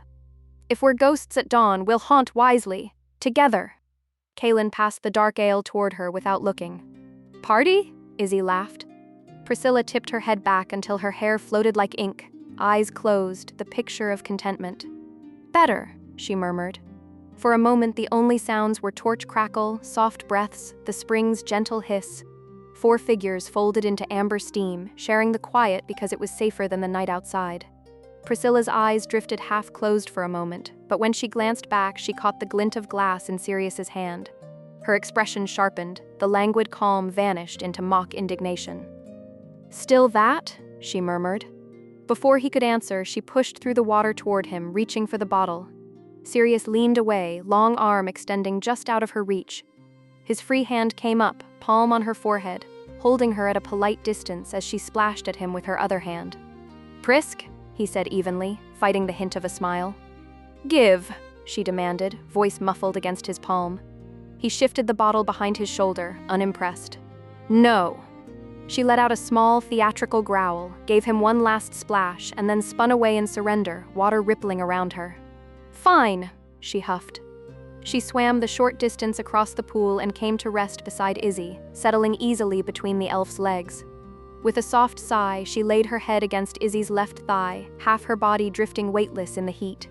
Izzi froze for half a second, then let out a breath and rested her hand lightly on the girl's shoulder. Kaelen watched the exchange over the rim of his bottle. "You two are getting close," he muttered, not unkindly. Sirius's gaze followed Priscilla for a long moment. A low chuckle slipped out of him, rare, genuine. "Seems so," he said quietly. Izzi shrugged, trying for nonchalance, though a faint color touched her cheeks. "Since we're all here," she said, eyes moving from Sirius to Kaelen, "we might as well talk." The words hung between them, softened by the hiss of steam and the slow, steady rhythm of water lapping stone. Steam curled lazily between them as Izzi drew a slow breath. Her expression shifted, no longer teasing, now grave, her tone a low current under the hush of the spring. "Those two in the forest, and again tonight," she began. "They weren't random bounty hunters, they were working for Thalen." Priscilla's head lifted slightly from Izzi's leg, even Kaelen's easy slouch straightened a fraction. Izzi went on, eyes on the rising steam rather than any of them. "Thalane's dangerous. Not the kind you fight and walk away from. She commands people like them. Mages, mercs, things she's twisted to her will. She's after the same artifact we are." Her voice softened. "And she'll kill anyone in the way." Kaelen nodded grimly. "She's not a rumor. I've seen what she leaves behind. Whole companies gone to ash." For a few heartbeats, no one spoke. The water hissed softly against stone. Izzi looked up at Sirius, regret pulling faintly at her mouth. "I should have said something sooner." Sirius took a measured sip of rum, then set the bottle down on the stone beside him. His eyes closed briefly, the faintest crease in his brow. "Well," he said at last, "since the artifact has my interest, it was only a matter of time before we crossed paths with her people." He opened his eyes again, calm but heavy with certainty. "So it isn't your fault, or Kaelen's, for keeping it to yourselves." Kaelen let out a low hum, half a sigh, half agreement. Priscilla's fingers tightened slightly around the edge of Izzi's towel, her gaze unreadable. Sirius's tone remained quiet, even as the meaning carried through the steam. Thalen was always coming. The torches crackled, and the water lapped softly against the stone, the sound small against the weight of what hung between them. Izzi leaned forward, her voice rising with quiet urgency. "You don't understand," she said. "Thalen isn't just dangerous. She's cruel, vicious. She doesn't need a blade to hurt you. She can see what's in your head, what matters most, and she'll take it. Twist it until you can't tell what's you anymore." Sirius listened without interrupting, the torchlight tracing the lines beneath his eyes. Then, as though her warning hadn't quite reached him, he leaned forward, took a long pull of rum, and stared into the slow swirl of steam over the water. "I'm not worried," he said, almost gently. "Tell me what she looks like, so I know what I'm watching for." Kaelen let out a breath through his nose. "You'd know her if you saw her. Elf, slender, graceful, moves like the air itself. Black hair, long as her temper's short." Izzi's expression hardened as she picked up the thread. "Eyes like emeralds, cold, mocking. She's always smiling when she fights, always. Dresses in black silks and bits of armor that make her look like she owns the battlefield." Her voice caught just slightly, but she pressed on. "Carries a rapier. And she loves fire, torches, open flame. It's like she's never without it." Sirius's head tilted, and for a heartbeat something flickered behind his tired eyes. Recognition, perhaps, or something older. "Black hair," he repeated quietly, "green eyes, smile that doesn't reach them." He took another sip of rum, exhaled slow. "I'm still not worried." Izzi blinked, startled by the carelessness. Sirius caught her look and gave a faint shrug. "You described her well enough," he said. And still, I'm not worried. He tipped the bottle toward her, not as a taunt but as if to ground the conversation again. You and Prisk already handled one of her cultists, and you didn't even have weapons. The faintest smile crept across his mouth, more weary than amused. If that's what her best sends first, she'll have to try harder. Steam coiled between them, and the quiet that followed wasn't dismissive. It was heavy, like the pause before weather breaks. Izzy's gaze flicked between Priscilla and Sirius, her tone hesitant but edged with curiosity. I thought her fire was magic, she said. But when we fought Lysandra, she took a blast straight on, didn't even flinch. And the way she heated the water, the air around her. She trailed off. That wasn't spell work. Sirius leaned back, the bottle resting against his thigh. He took a slow pull, swallowed and stared into the steam for a moment before speaking. Maybe, he said. It's better if she shows you. Priscilla turned toward him, eyes narrowing slightly. You're sure?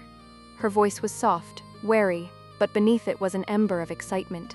Now's as good a time as any, Sirius replied. Just easy this time, yeah? She exhaled through her nose, nodded once, and looked to Izzy with a small, almost mischievous smile. Rising from the spring, she let the water stream down her skin, the torchlight gleaming along her shoulders. Grabbing a towel from the stone lip, she draped it loosely over herself, one hand clutching it in place. Kaelen muttered something under his breath and averted his eyes, but the air was already thick with energy. Then the change began. A shimmer rolled over Priscilla's form, faint at first, like the air above flame. Her breathing deepened, the sound resonating from somewhere deeper than her chest. Fingernails darkened, lengthened, curving into sharp claws that caught the torchlight. A faint crackle of heat swept through the spring. The scent of ember and rain filled the air as faint scales began to crawl across her skin.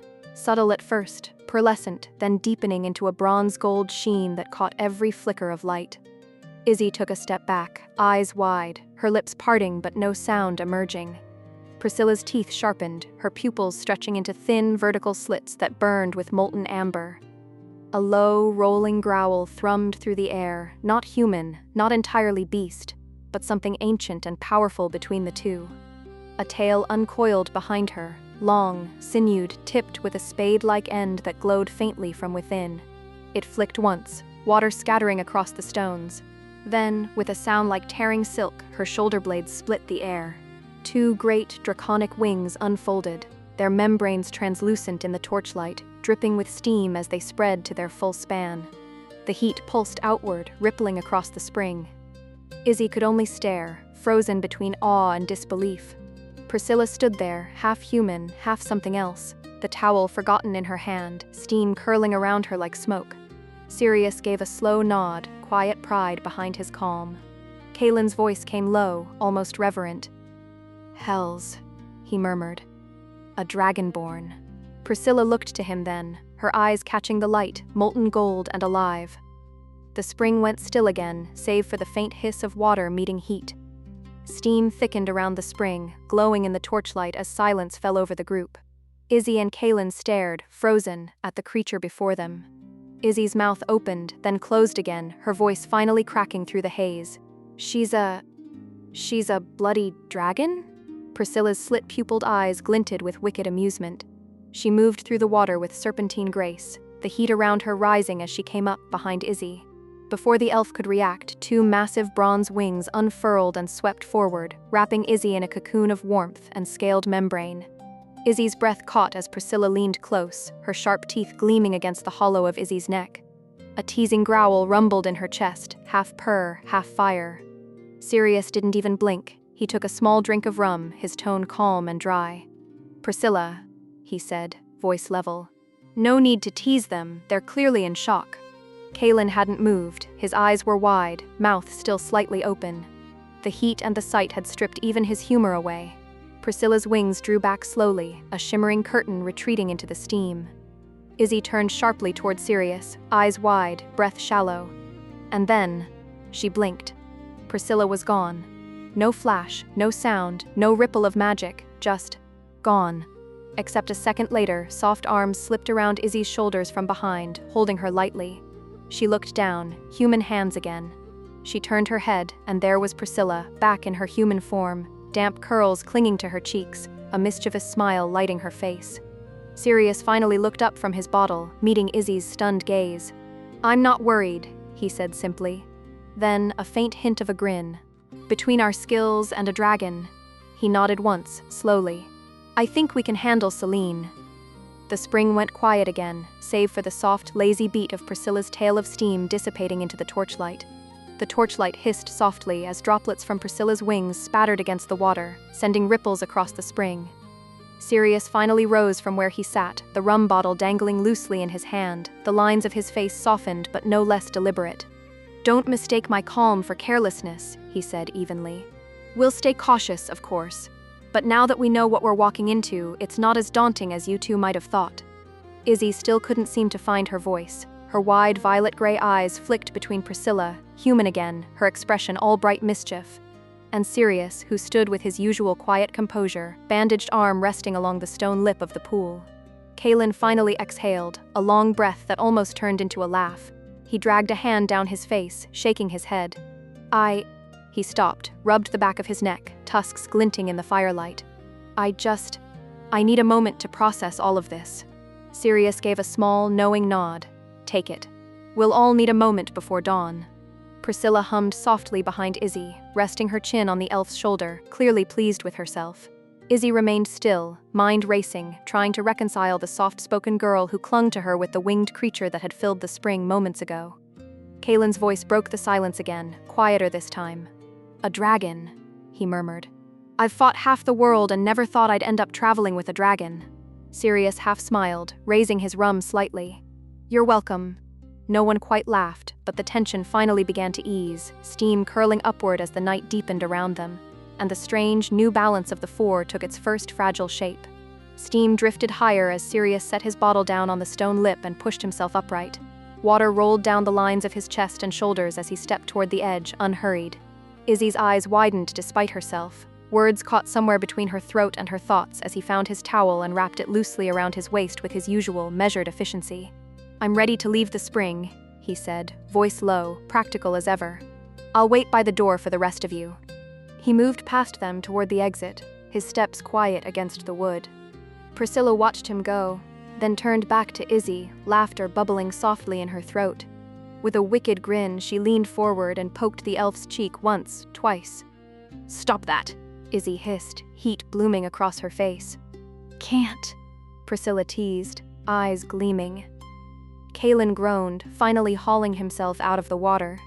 He reached for the towel behind him, muttering something about needing 2 weeks and a barrel of ale to process everything that had just happened.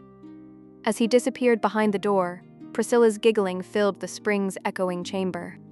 Only when the sound of the men's footsteps faded did Izzi sigh, splash water over her face, and start to dress. Priscilla joined her, humming softly under her breath, her usual energy restored now that the tension had broken. They had just fastened their belts when Sirius's voice carried through the open doorway, calm but edged with a rare note of levity. "Pris, music." Priscilla froze mid-motion, eyes going wide. Then, with a bright grin, she grabbed Izzi's wrist and tugged her toward the door. "Dance," she said, the single word bursting out of her like laughter. Outside, the village had come alive. Lanterns hung from beams and awnings, the square washed in gold. A fiddler played by the fountain, and a crowd of villagers clapped and turned in a slow, joyous circle. Someone shouted, "For the wolf slayers!" and mugs of ale were raised high. Sirius stood at the edge of it all, arms folded, watching with the faintest smirk as Priscilla pulled Izzi straight into the whirl of light and motion, both of them caught between laughter and disbelief as the music swallowed them whole. Lantern light glowed soft gold across the square as fiddles and drums carried through the air. Laughter and song mingled with the smell of roasted meat and spiced ale. Priscilla's fingers tightened around Izzi's wrist, tugging her through the crowd until the warmth of torchlight and movement swallowed them whole. "Come on," she called, her voice bright with joy. She spun into the open space, her curls flying, the rhythm of her steps fluid and sure. The villagers cheered as she twirled, every motion as effortless as breath. Izzi stood at the edge, still half stunned by everything that had happened.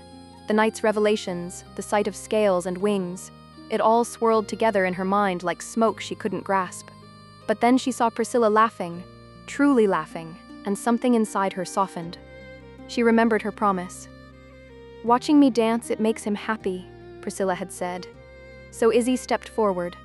At first awkward, unsure, but the music caught her feet, then her hands, until her movements matched Priscilla's. The two spun together beneath the hanging lanterns, hair flashing like fire and shadow, skirts sweeping through the dust. The crowd clapped in rhythm, and for the first time in what felt like ages, Izzi let everything else fall away. The hunt, the fear, even Celine's shadow. There was only laughter, warmth, and the shared pulse of the song. At the edge of the square, Sirius stood with a half-empty bottle of rum in hand. The faintest smile touched his lips. Soft, tired, wistful. His eyes followed the two women as they danced, the glow of the lanterns painting them in light. Kaelen approached, wiping sweat from his brow, and without asking, plucked the rum from Sirius's hand. He took a long swallow and let out a low chuckle. "Rare sight," he said. Izzi smiling like that, and dancing no less. Sirius's gaze never left the square. "Priscilla's infectious," he said simply. Kaelen grinned. "That she is." They stood side by side in silence, watching as the two women moved together, laughter spilling through the night like music of its own. The drums slowed, the lanterns swayed in the wind, and still the girls danced. Izzi's face bright, free, the weight of the road forgotten for a little while. Chapter 6. The In-Between. The air in Palace shimmered with cold light. Shadows rippled like living things along marble walls carved with runes that pulsed faintly beneath the surface. The scent of incense, sweet and metallic, hung heavy in the air, barely masking the undertone of blood and ash. At the center of the great chamber, a pool glowed an otherworldly blue, its surface swirling like liquid glass. Lysandra sat at its edge, her silk tunic clinging to her frame, crimson fabric darkened by sweat and steam. Her legs were submerged in the pool's luminous water, but even its magic could not fully soothe the burns that marred her flesh. Her breath came in sharp gasps. Teeth clenched, she hissed through them, whispering curses that twisted the air around her. Stupid, arrogant, little... The sound of footsteps silenced her. Soft, certain. Lysandra. The voice slid through the air like a blade wrapped in silk. Lysandra froze, her hands tightened at her sides as she turned her head slightly, just enough to glimpse the tall figure approaching. "Mistress Celine," she breathed, forcing herself upright, though pain lanced through her legs. Celine moved like a shadow come alive, graceful, measured, and utterly sure of the ground she walked on. Her black hair flowed like ink down her back, catching the eerie blue light of the chamber. Her emerald eyes glimmered with something cruel and knowing, her lips curved in a smile that never reached them. She stopped directly behind Lysandra, her presence pressing against the room like a held breath. She stood behind the under-elf, close enough for the heat of her presence to press against Lysandra's back. "You were sent with Corin," Celine murmured, tone deceptively calm. "You had a task, and yet you returned to me half-broken, alone." Lysandra's voice quavered. "I was attacked, mistress, by an elf and a human woman. They were not what they seemed." Celine said nothing for a moment. Then she extended one pale hand, her fingers brushing Lysandra's shoulder. The touch was light, deliberate, her fingertip tracing small, slow circles over the skin. The air thickened. Lysandra's breath caught. "An elf," Celine repeated softly, her voice curling like smoke. "And what was she to you, my wayward hound?" Lysandra's words faltered as the slow motion of Celine's fingers began to tighten, each circle dragging more from her than she meant to give. Memory bled through the contact, the hot spring, the boiling water, Priscilla's fire, Izzi's glare, the scent of steam and burning fur. Celine's eyes flickered a brighter green. Her hand lingered on Lysandra's shoulder, tracing another slow circle as though etching the memory into flesh. "Tell me," she murmured, her breath brushing the under-elf's ear. "Why did you fail?" Lysandra swallowed hard, staring down at the rippling blue beneath her feet. "She wasn't what she appeared to be, mistress. The human girl, she commanded flame. It didn't burn her, it obeyed her. I swear, I saw fangs when she opened her mouth. She was no mere woman." Celine's smile grew faint, knowing, but she didn't speak. The silence stretched until it felt like a blade hovering over Lysandra's throat. When she finally moved, it was with deceptive gentleness, her hand sliding upward to flick the silver earring that hung from Lysandra's ear. The small piece chimed once, the sound unnaturally cold.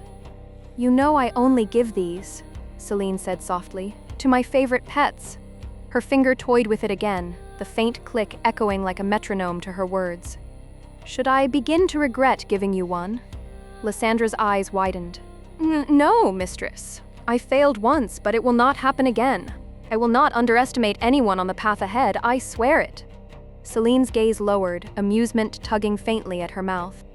Good, she whispered, drawing back her hand at last. Because failure, my dear Lysandra, her tone dipped to something honeyed, venomous, is always followed by replacement. Lysandra bowed low, trembling, her forehead nearly touching the marble. I will make this right. Celine's smile was a slow, satisfied thing. Good girl. She toyed absently with the silver earring at Lysandra's lobe, the tiny metallic ring chiming faintly in the blue light. Then, as if the next motion were the most natural of chores, she turned and nodded toward the pool. When your legs finish healing, she said, voice silk over steel, you will find Corin and return to the mountain. Keep your eyes open. Do not fail me again. Without another word, she produced a dagger as if plucked from shadow itself. The blade appeared in her palm with a whisper of heat, a narrow thing, no broader than a writer's pen but lethal in its purpose. The metal was dark, almost obsidian, but veins of red ran like living light through it, as if the blade had been forged from cooled lava threaded with a burning core. The haft was wrapped in black leather, the pommel set with a single chip of deep carnelian that seemed to pulse faintly in time with Lysandra's own quickening breath. Celine held it up, studying it for a heartbeat as if admiring its patience, then moved it towards Lysandra slowly, deliberate. The torchlight slid along the dagger's length and painted the red veins in motion. The blade did not bite, not at first. Celine drew the tip in a feathering line along Lysandra's jaw, then traced from ear to throat, then down the hollow of her collarbone, never breaking skin but close enough that the air chilled where it passed. Each motion was precise, intended to show control rather than to wound. The point hovered an instant above the soft fabric at her chest, so near that Lysandra could feel the faint cold of it through cloth. Her throat bobbed. She swallowed. Pain and fear and something like shame warred across her features. Celine placed the dagger in Lysandra's lap with a soft clack. The red veins within the blade seemed to hum against the silence of the chamber. She spoke in a tone that left no room for debate. Take it, she said. A reminder. If you succeed, it will be proof of your usefulness. If you fail, she let the sentence hang, letting Lysandra fill the rest. Lysandra's hand hovered, trembling, over the haft. She closed her fingers around it at last, feeling the small, warm weight of the carnelian pommel. She bowed her head so that Celine's face was no more than a shadow above her. I understand, she whispered. Celine's lips curved once more, almost affectionately. Good. Then go with haste when you can walk. Corin will be waiting. The Queen of the Dark turned away, and the pool's blue light swallowed the silhouette of her retreating form. Lysandra sat very still, the dagger heavy and hot in her hand, the echo of Celine's last words settling into the marrow of her bones. Far across the marble chamber, Celine walked away without looking back. Her silks whispered like smoke, each step measured, her presence as intoxicating as it was lethal. The faintest smirk curved her lips as she reached the edge of the hall, the scent of the healing waters still clinging to the air behind her. So, she murmured under her breath, amusement threading through every syllable. My little rabbit still pushes on. Her gaze unfocused, slipping inward to the memory she'd plucked from Lysandra's thoughts, the elf's fire-bright eyes, the dragon's burning breath, the orc's caution and the glint of runes along a bandaged arm. Traveling with a dragon, she mused, her voice silk-soft, almost fond. How delightful!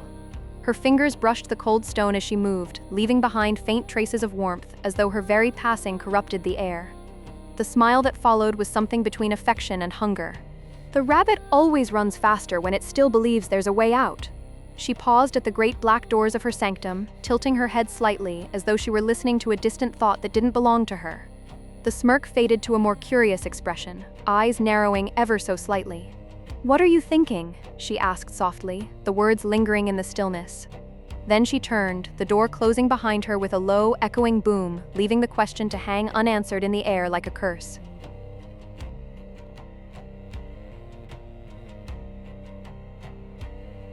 Thank you for listening. Please like, comment, and subscribe. More chapters are on the way.